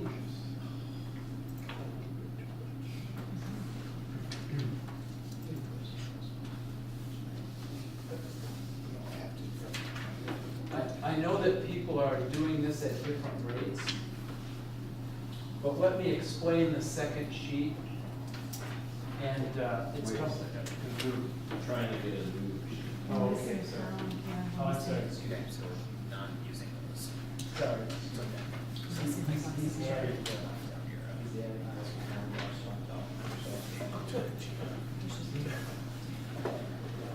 No, that's just looking for, is anyone else doing this, or that's your good work? I'm sorry. We're working on it. Okay, great. They're doing the second sheet to add the missing category. it's just one.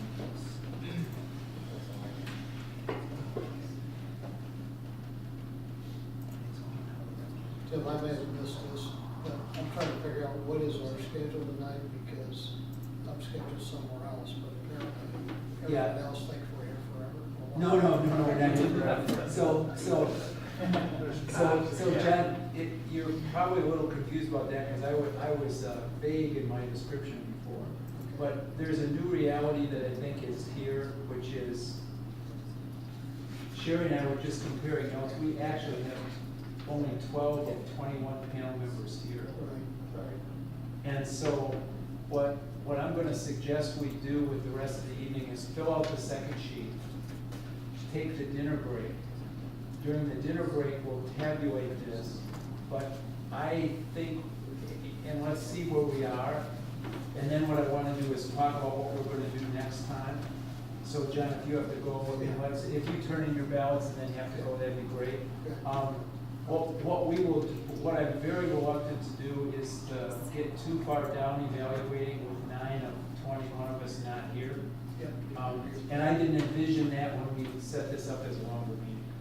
You shouldn't have said it was gonna be a longer meeting. Yeah, that's probably, there is, by the way, it is interesting that when I announce the longer meeting, it's our least attendance. So there's probably a message there. You know, you may, well, I might want to think about this right as Matt as well. As we continue, we're gonna lose more and more jobs. Right.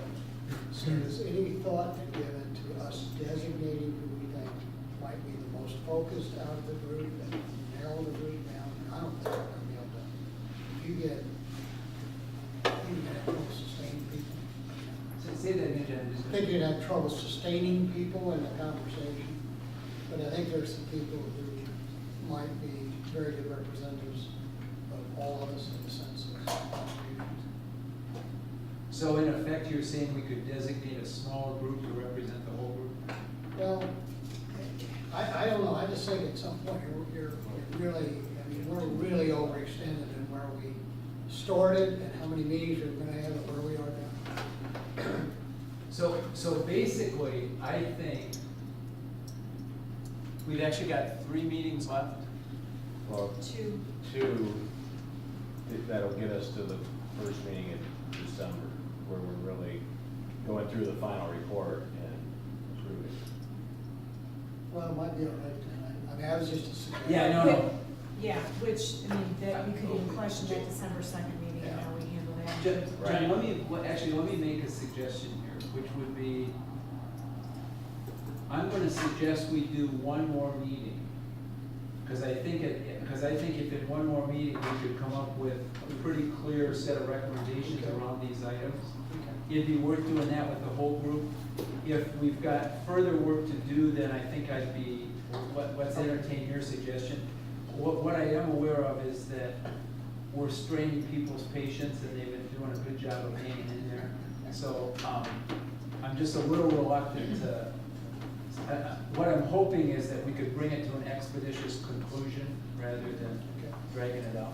And I think to sort of tag on to that as well, if we have the input from everyone in the evaluation tools, which we will get, we've only got 12 tonight, but we'll be chasing everyone down to get their input. Then we have scoring and data from everyone who's been in participation through this whole process. And if the conversation doesn't include everyone because schedules don't allow it the following meeting, I'm much more comfortable that at least their opinions were represented, their thoughts were represented in that evaluation tool. So we will work collectively to get that from everyone who's missing. And then I really hope as many as can be will be at the next meeting when we evaluate. But their opinions and their thoughts will be reflected. I guess I do have a question though, with the prolonged meeting tonight. I mean, is there any decision making occurring once we get to the extended portion of it? I mean, I've got a babysitter for tonight, you know, and I wanna. So you wanna go to the bar? Or you Well, wanna you know, I mean, either one works, but I, Wait, there Yeah, are. so the reality of it, Chris, is I had exactly expected to do what you're suggesting. Yeah. I thought we'd have more than 12 people here. Well, I mean, because we're recording everything, there's minutes of everything. Now, here's what I'm totally fine to do. What I was actually hoping we would get to tonight, thank you.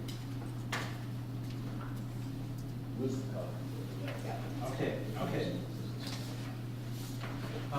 So what I was actually hoping we would be able to do would be based on the ratings tonight to identify where we might have strong agreement on items to push forward and where we might be, have significant difference of opinion on items, so that the next meeting would only focus on those items that we have difference of opinion. Because like right now, we're looking at, I think it's 10 options. My hunch is we might have agreement on 5 or 6 of them, or even 7, either to say yes or no to. And then we would only have to spend next meeting on those few where we've got significant difference. Now, what's impeding me a bit on that was I also thought we might have 17 or 18 ratings out of 21, not 12.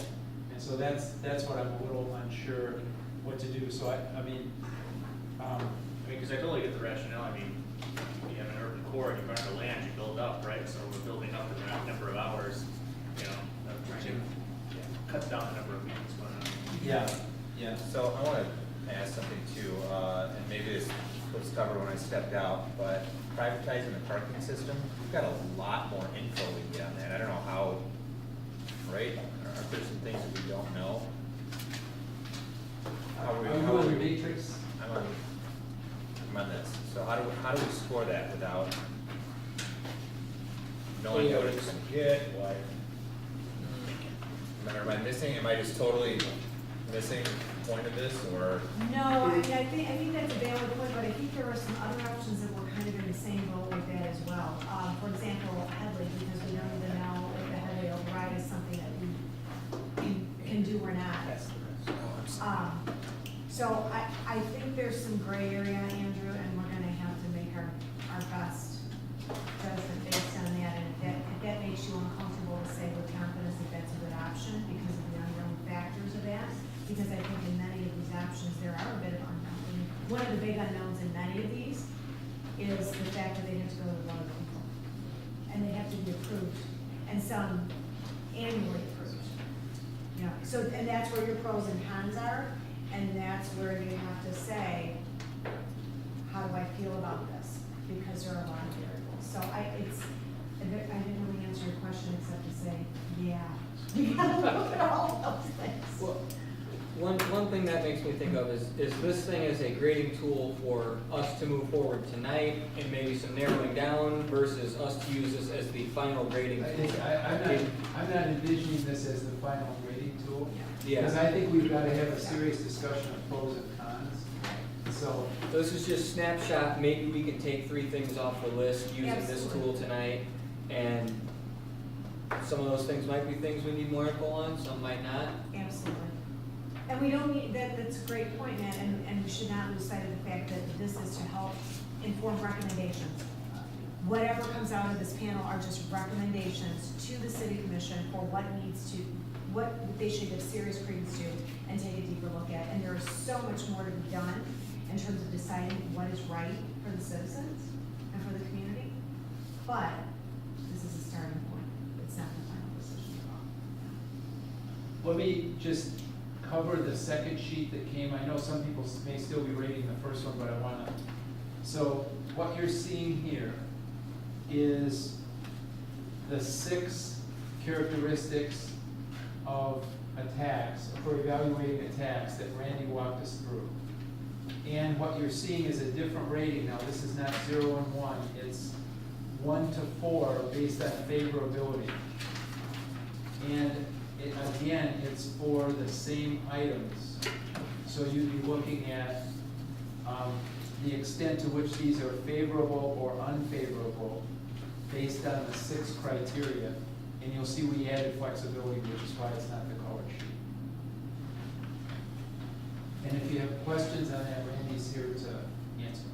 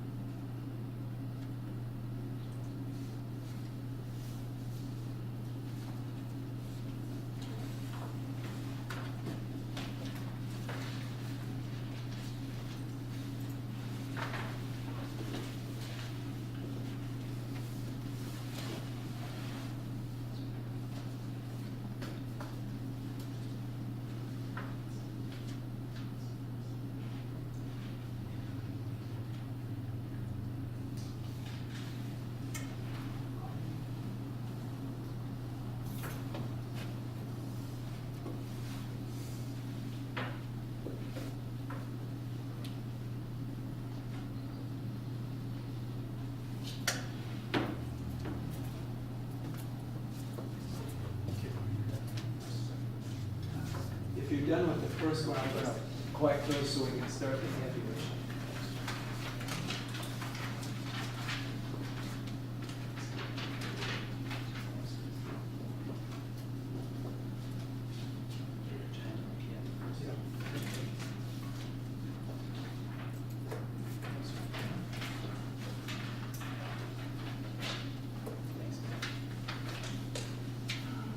Tim, you want names on that second sheet too? We don't have a spot for names on this. Oh, yeah, names on the second sheet too. You scan and put all these on the website too? With your cell number, only if we can approve it. Well, email us, you put on your Facebook page.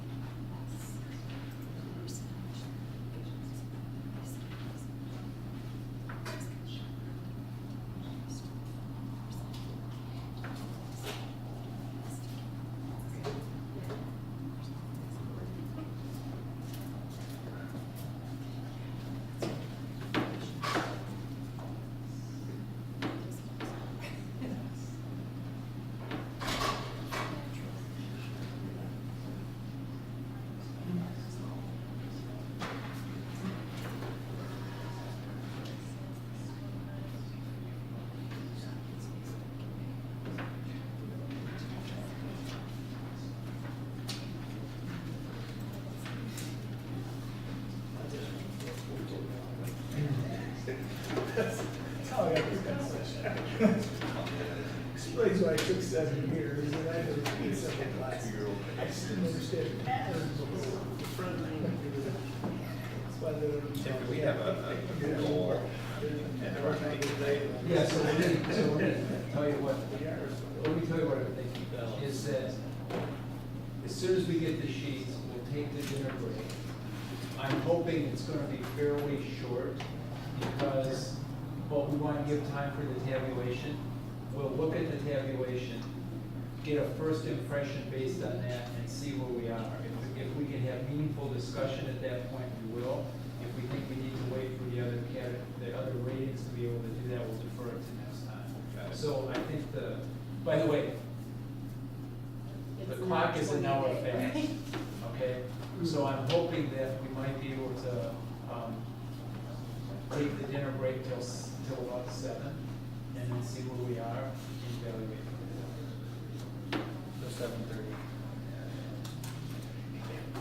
Cinderella at 8 o'clock. What did you say, Andrew, you turned into Cinderella? I'm 8. Yeah, I've got the 2-year-old that I'm getting regular updates on, so. Yeah, I agree.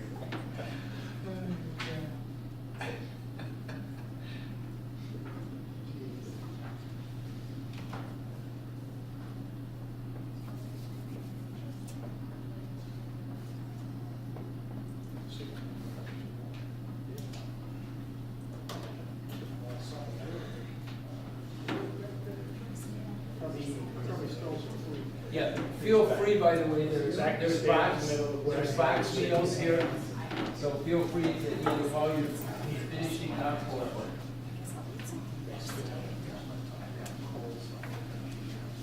I think we all know. Yeah, exactly. Good job, thank you.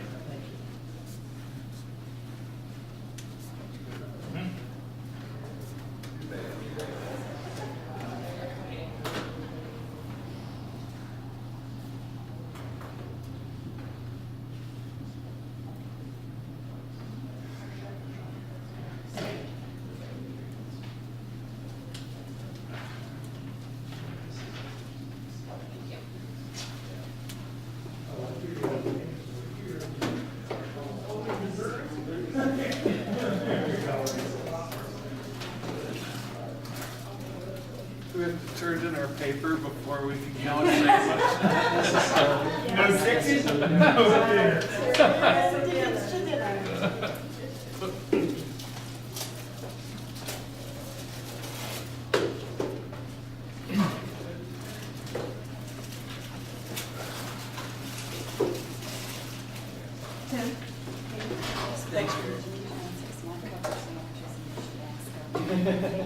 John, are you done or are you still? Oh, I'm all set, yes. November. Yeah, I started a little early. Oh. I was thinking that when you came in, I'm like, that's not 2 days, it's all right.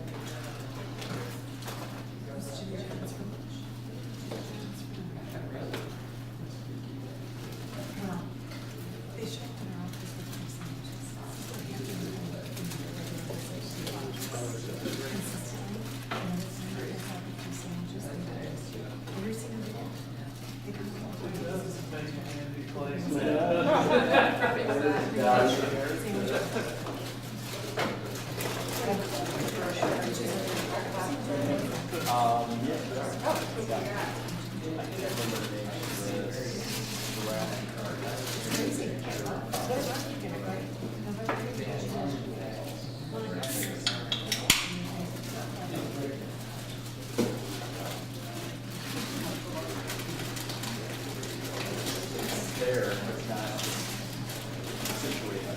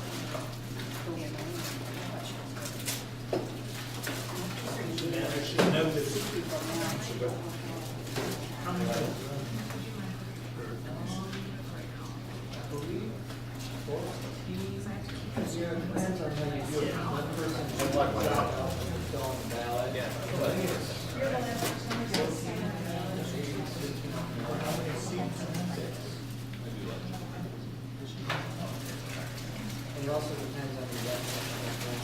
Yeah, well, when you're running against those, all that. I mean, every year you have someone who's their own ballot. Let me go back there, let me go back there with my camera and take a picture of that.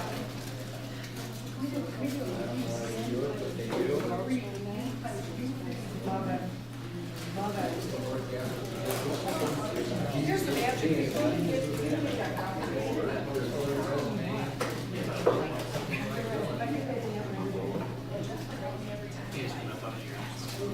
Digital age. That form companies.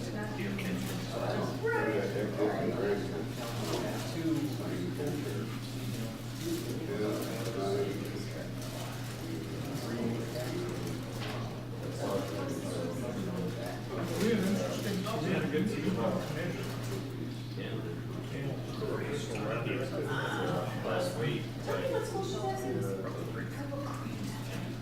They all live in our house. Time to rain. I work, that's why I work. Like either place. Probably top 7 stations. You can.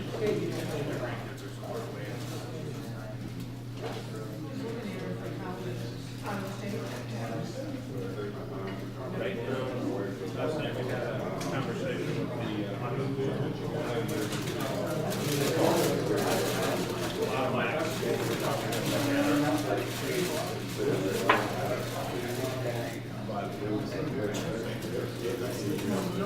I mean, she's only a year, so we've got another year.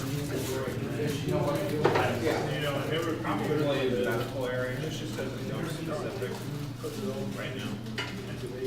It was intriguing last night, they have 2 tons of different focus areas within the medical. It's nice to have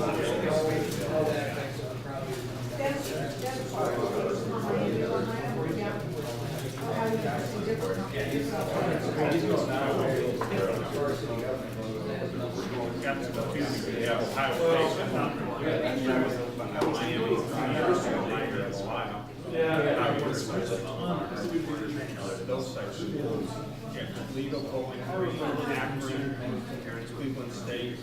They're all Christian and Wayne State. There was a university that's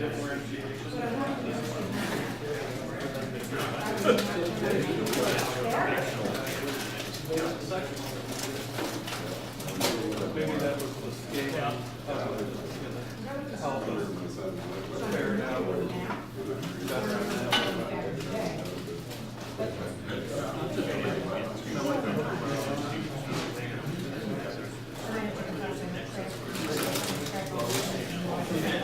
When I look at those people, Western game of football, they're actually how?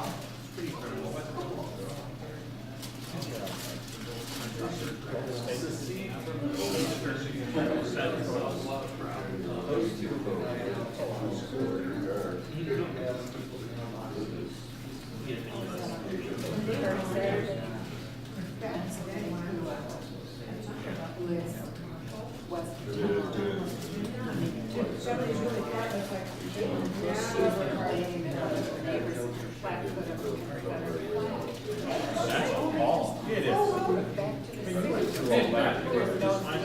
But she has these ideas, she's going to talk to them. So what do you expect? Which is probably not great. Generalization, where the, all generalizations and Just an ordinance is really within this ordinance.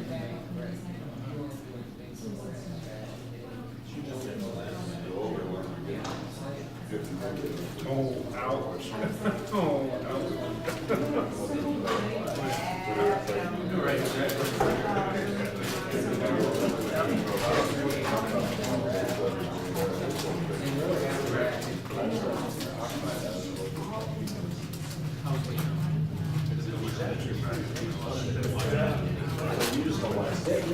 that's also, it's so funny, it's so funny. Every morning when I drive,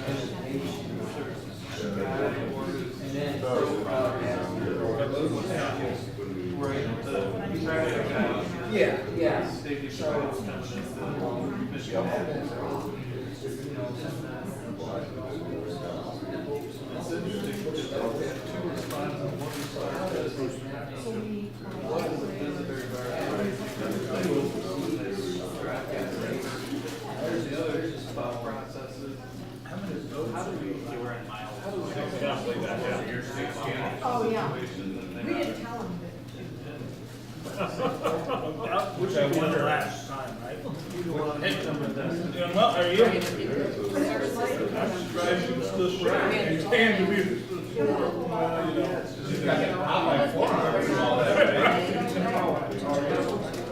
Despite our bad climate. Some of the cities out west. But that happens the next time, and then the next time we do staggers. So that will treat. And also,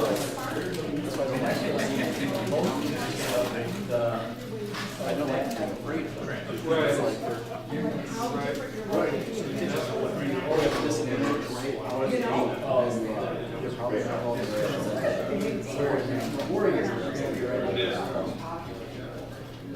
I've got some other guys that always follow and wherever they work, whenever they.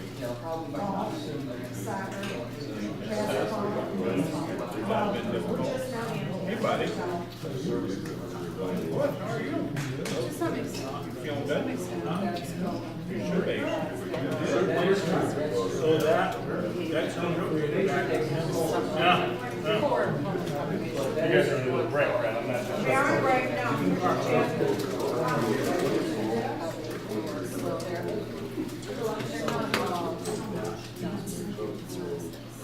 Play games there. Watch them, I cover much of my Facebook. Yeah, I mean, they went to.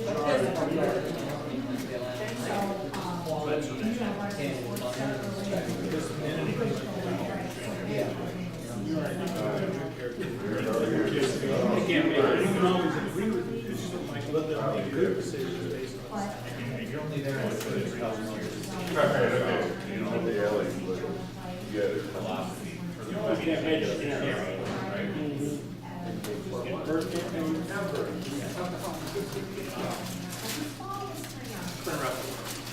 It's all good.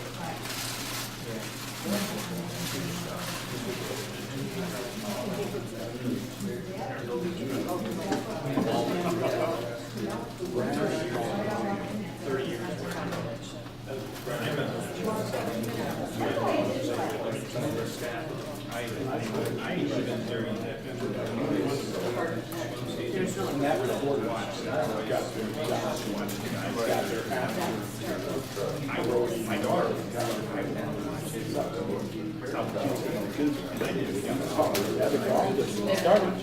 So, my guess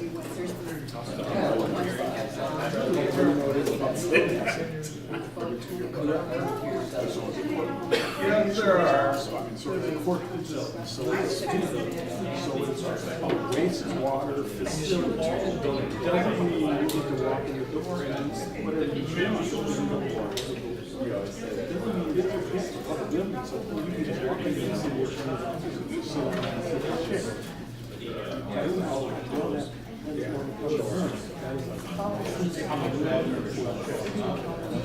And were you involved in policy before? I don't know. I thought that business life was It's a whole different perspective.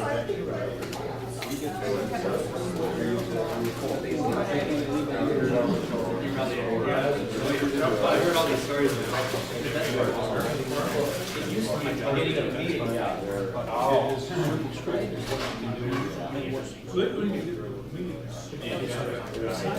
Well, let me give you a little last thing. I assume it was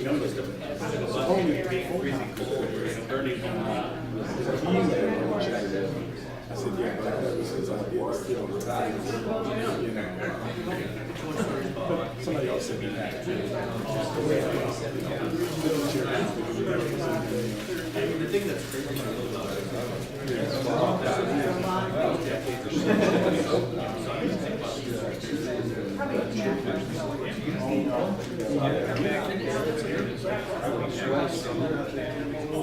You're the one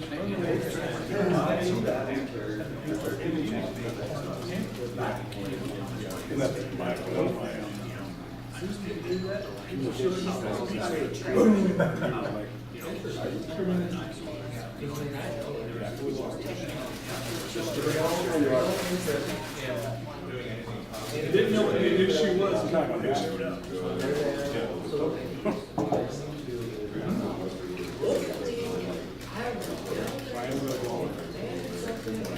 I need to go home and all the shoes.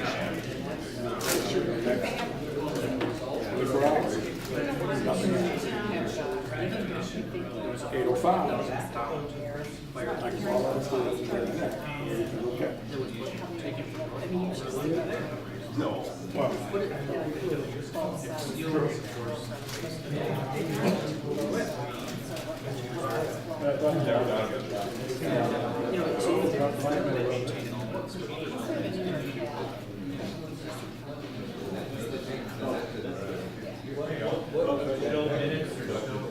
We're still there.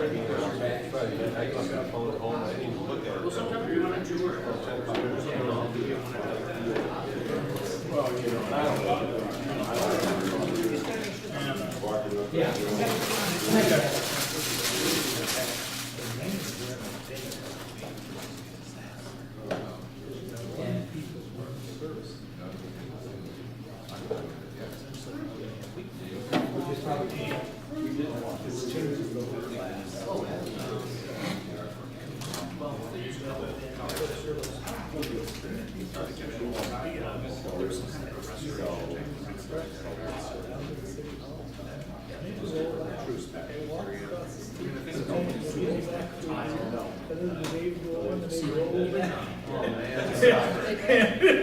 I'll be back after I loosen up a little bit, right?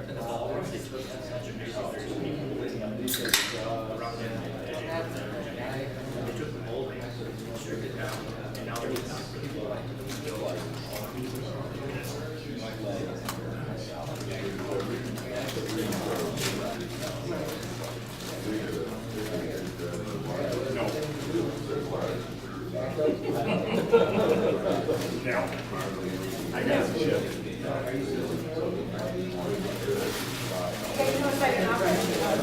I mean, honestly. No, I didn't notice that at all. I feel like we're gonna solve this problem.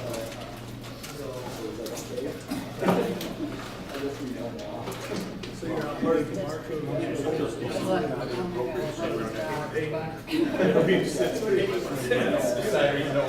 Every vote. And I'm understanding this. I get it.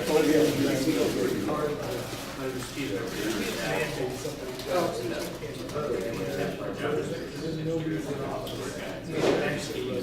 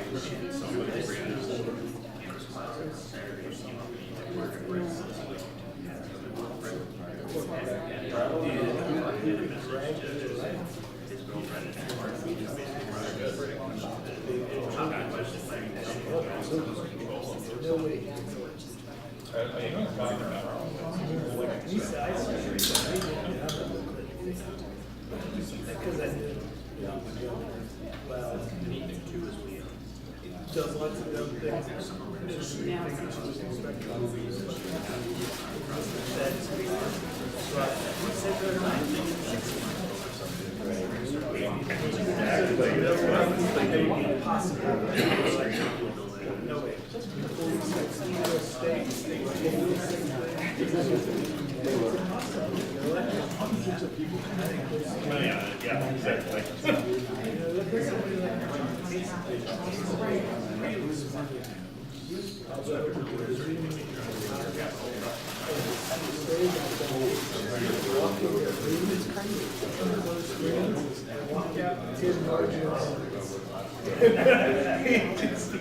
I just appreciate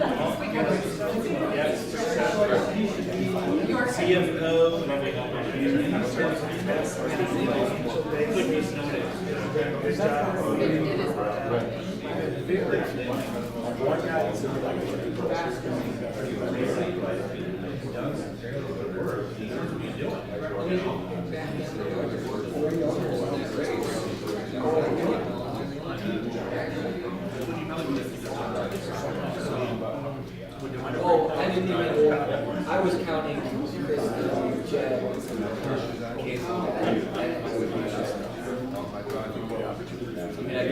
was governed. I don't view them as.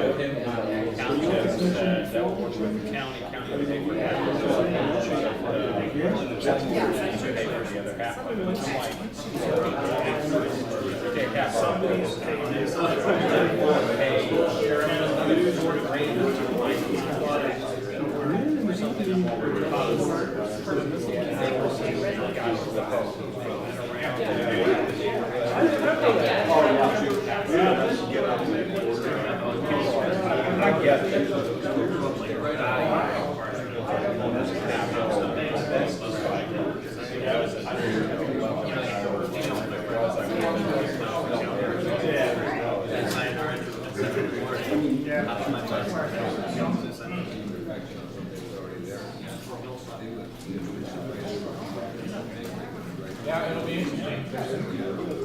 Hopefully, unlikely, scary options out there in my mind.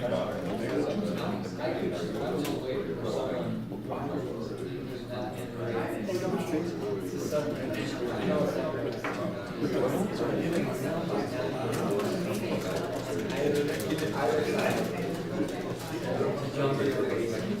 It's really hard. I mean, it's almost been like 2 months. I know it is. I do.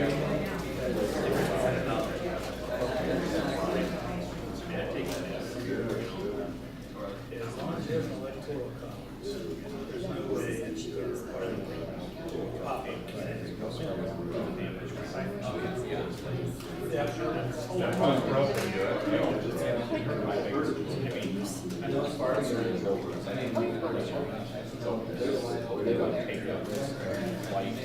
They locked it down.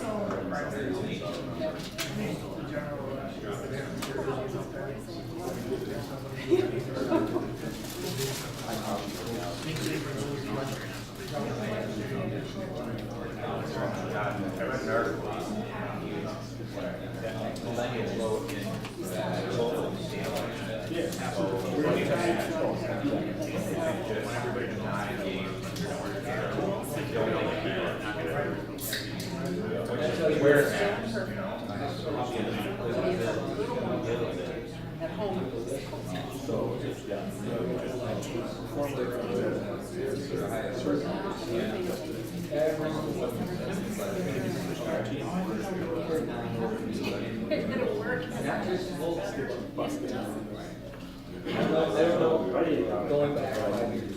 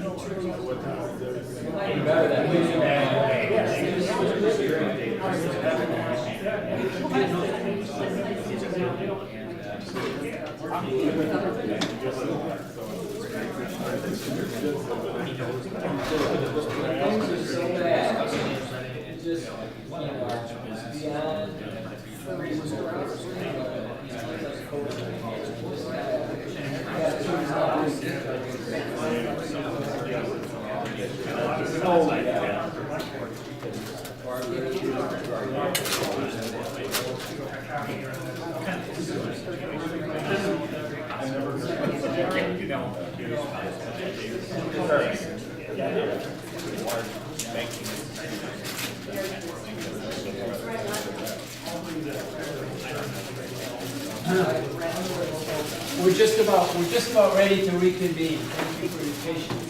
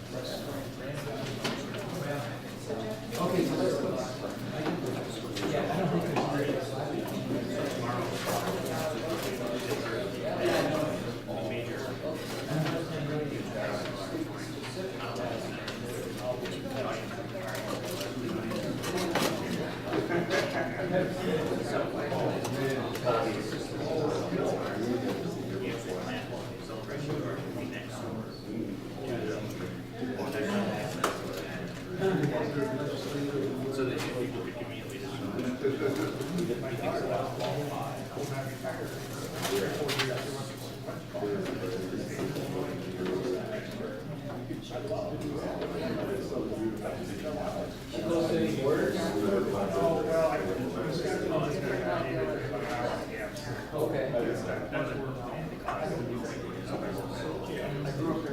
If we could reconvene first. So what we're gonna do is look at preliminary results, and, we're actually going to show the one that you did second first. This is a help to Dr. Evers, who's got another commitment. Can you show me and Jeff, I don't know if you wanna walk us through this, because you did the tabs. Well, actually, let me say a couple of things about it, and then Jeff, if you wanna add anything. So, in this one, a high score indicates unfavorable. A high score indicates unfavorability. I thought it was favorable, 5 was kind of favorable. 4 was favorable, wasn't it? Well, this is the. Yeah. This is Oh, one. I'm sorry, this is, I'm sorry, The exception one. This is when it's either 1 or 0. this is either 1 or 0, sorry. So that was We the want first other one. first. This was the because- first one then. Okay, so the high number is Bad. Bad. So switch to the other one, Gina. That's the one Randy's here. It's like a scale. The higher the number goes, the worse it is for you. The lower the number, the where you eat all of your cooking. I ate 2 bites. Think You're gonna get another email now. Yeah, exactly. Think tall.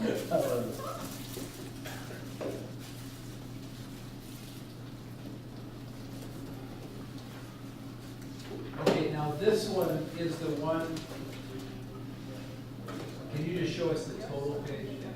So this one high is good. This one high is favorable, exactly, yep, yep. And so, and now I wanna make a, We'll get copies of these too. yeah, let me say this, not this copy though, because we've still got, until we get it complete, until we get it complete, yeah. Until we get it complete, so what you're seeing here is capital millage at 156, less high than countywide emergency dispatch authority. By the way, that one is the highest one across that one is the highest one because I've seen that across. So, Gina, if you just keep going. So what you're seeing is Headley override is reasonably low, income taxes toward the middle, public act is special assessment. Then if you go to privatized parking, water and sewer higher. So what you are seeing here is Can you some zoom back out so we can see it all? Yeah. Sorry. If your eyes are good enough. Look at the big screen, it's a little easier. And feel free to get up from your place if you need to take a better look at it. Actually, let me do this. If I go, now this isn't the rank order of how, we haven't discussed this, but if you just took this as rank order, highest,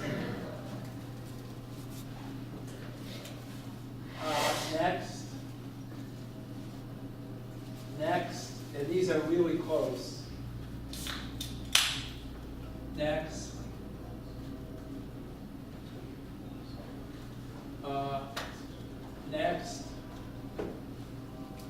Next. And then I think we're down to next.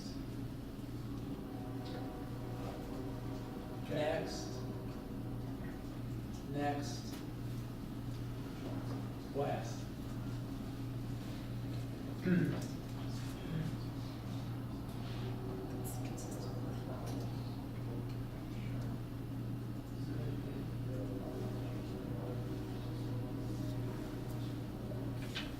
Okay, and this represents, I think, just a little over half the group. I can't remember, this is 11 or 12 rankings, but we're 21 in the field, so.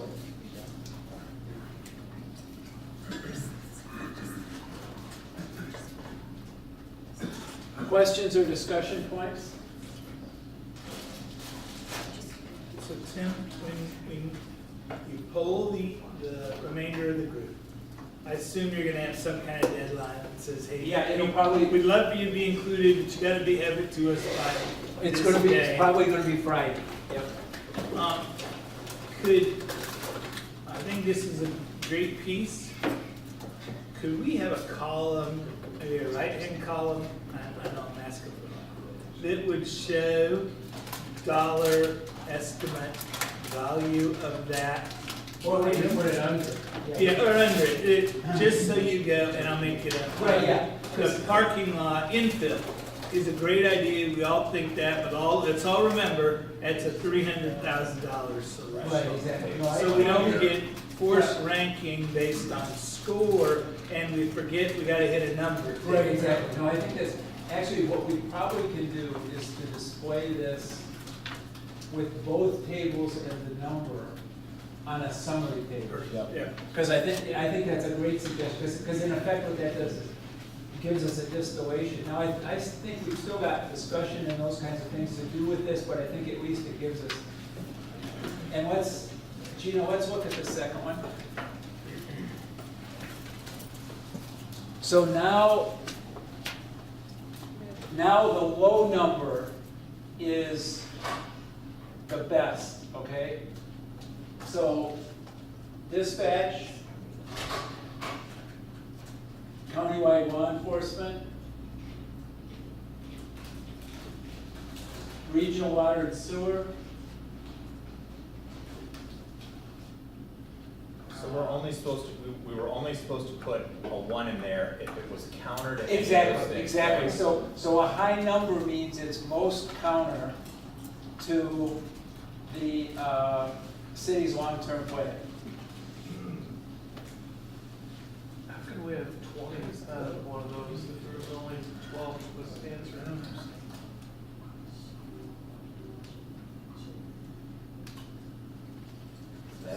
Well, yeah, but it's 10 people rating 6 items, so 60 is the possible. It's 60 or 66 or 72, because it's, Oh, I got it. you see what I'm saying, is it's 10 people times 6 criteria, or 12 people.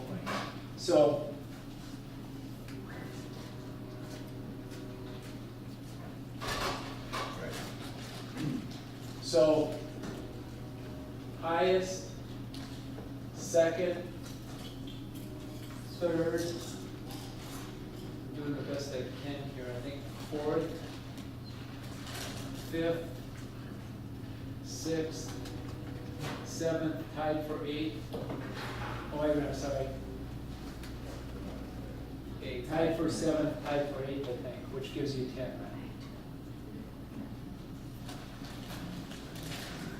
But I think what this does is gives us 2 data points, and then I think the third data point is the numbers that it would generate. Because something could be great, but if it doesn't generate numbers, it doesn't bias anything. Well, I shouldn't say that. Development infill, we know we want to do. It just doesn't solve the general fund problem. But if we're making, if we have a choice, then we will.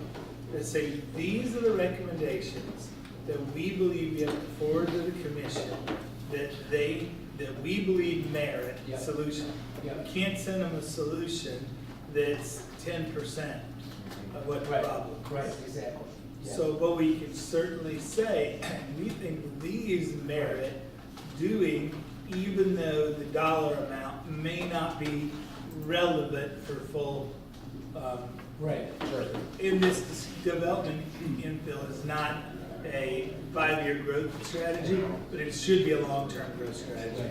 So I don't want to be on that one just because it's something that I'm interested in, but I had a really hard time doing the scoring this way, and I'm having a hard time wrapping my head around how adding new people and investment to the city can be counter to any of those priorities. And clearly, some people think it is counter to some of the priorities. So I don't know that there's an answer out there to what I just said, but I was very challenged in what we Yeah. were asked to do with that one. Well, and here's what I'm assuming, is that this is a couple of screens, but it doesn't make the decision about what we recommend Sure. or not. I mean, I think that's the purpose of the next meeting, to take these as input, and,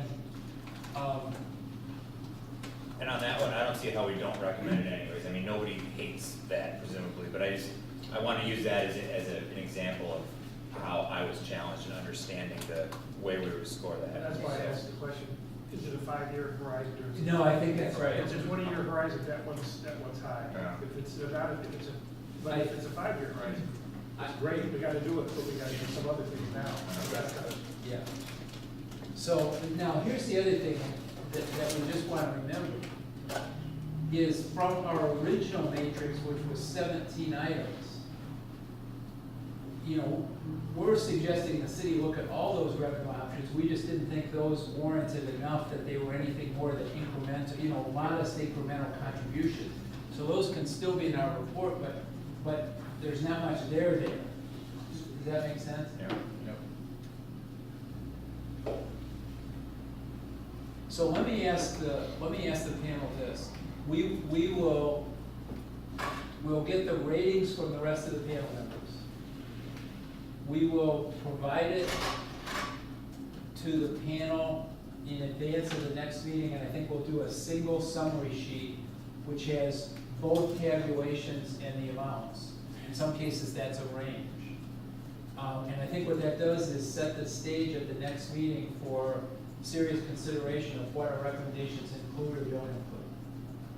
Does that make sense? Yeah, I think that's dead on. Okay, and I'm gonna defer to you first and then to them. I'm not sure, given the limited number of people here, that anything much more this evening we can do that'll be productive. Does that make sense to you? Absolutely. Does it make sense to the panel that we leave it here tonight? But we've got plenty of work to do next time, and we should have good data to at least set the stage for the discussion. I don't think these data make the decision, I just think they set the table for the right discussion. Okay, thanks for your forbearance tonight, and we'll look forward to seeing you in 2 weeks. Thanks for dinner. So, Ann, do you think, Tim, we need extra time in 2 weeks? My belief is that we do, but I think we should be much more upfront with everybody that please, because I didn't remember what we were eating until we walked in. We could say, we want to move this ball a long way down the field. So there's no reason to not push through next time and try to we ought to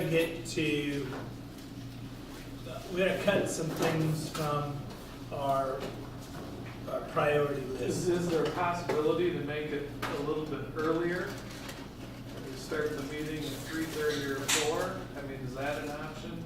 Well, it might have to be, because Jim, you probably have. Yeah, we have a commission meeting Right. that night anyway, so, yeah. Move it earlier, and if we can get here, I mean. I would hate to get halfway through and say, okay, let's come back together in 2 weeks, and we lose the momentum and the thought process, because it just takes a while to get your head wrapped around, right? What did those rankings mean, and why did we say it that way? And So could we say the meeting's from 4 to 7? Because you and some others are gonna have to leave. Right. I mean, you can go on, I mean, I'll have Nancy or Jeff can stay here too. Here's the concern that I have. I think that indefinite end time this week caused all kinds of problems. So now I don't have any problem with extending, but it seems to me if we went a half hour each way and said 4 to 7. great leadership, whatever we need to do. I just don't want to see us stop when we're almost there. Yeah. And because we've not asked folks to prepare. Yeah, and I think what we're saying is we're gonna try and get to recommendations next time. First meeting in December is gonna be to look at what the report is like, and what we may decide is, but I mean, I think we're getting to closure mode, I think that's it. But, yeah, and I think we have to compartmentalize for the next 2 meetings and say, we're going to get this work done. Because we can't go to the next meeting to get a report written if we don't get our work done next week. Yep. Now, we may find that we can't. It needs more debate, but we gotta go in with a plan. 2 weeks from tonight, 4 to 7, okay? And do we have another date out there? Yes, we've got, I know we've at least got the first week of December, That's it. Deborah, I can't say off the. That's all we Yeah, have. the First second weekend. one was We're done. for presenting, but I think we're pushing that to Hey, the other thing that I'm thinking is that, Did we pick this, the 30th on purpose? We're only doing- it's, we, just because we're doing first and third, and that happens to be the 5th Monday. We're meeting again on December 2nd. Yeah, so our next meeting is December 16th. And it's the same. November. November No, I'm sorry, 16th. yeah, And November, then December 2nd is a Wednesday? no, it's the 7th, it's December 7th. Sorry, my bad, you're right, sorry. So it's November 16th and December 7th. Uh-oh. Okay? Thanks, folks. He's gonna be fist bumping too.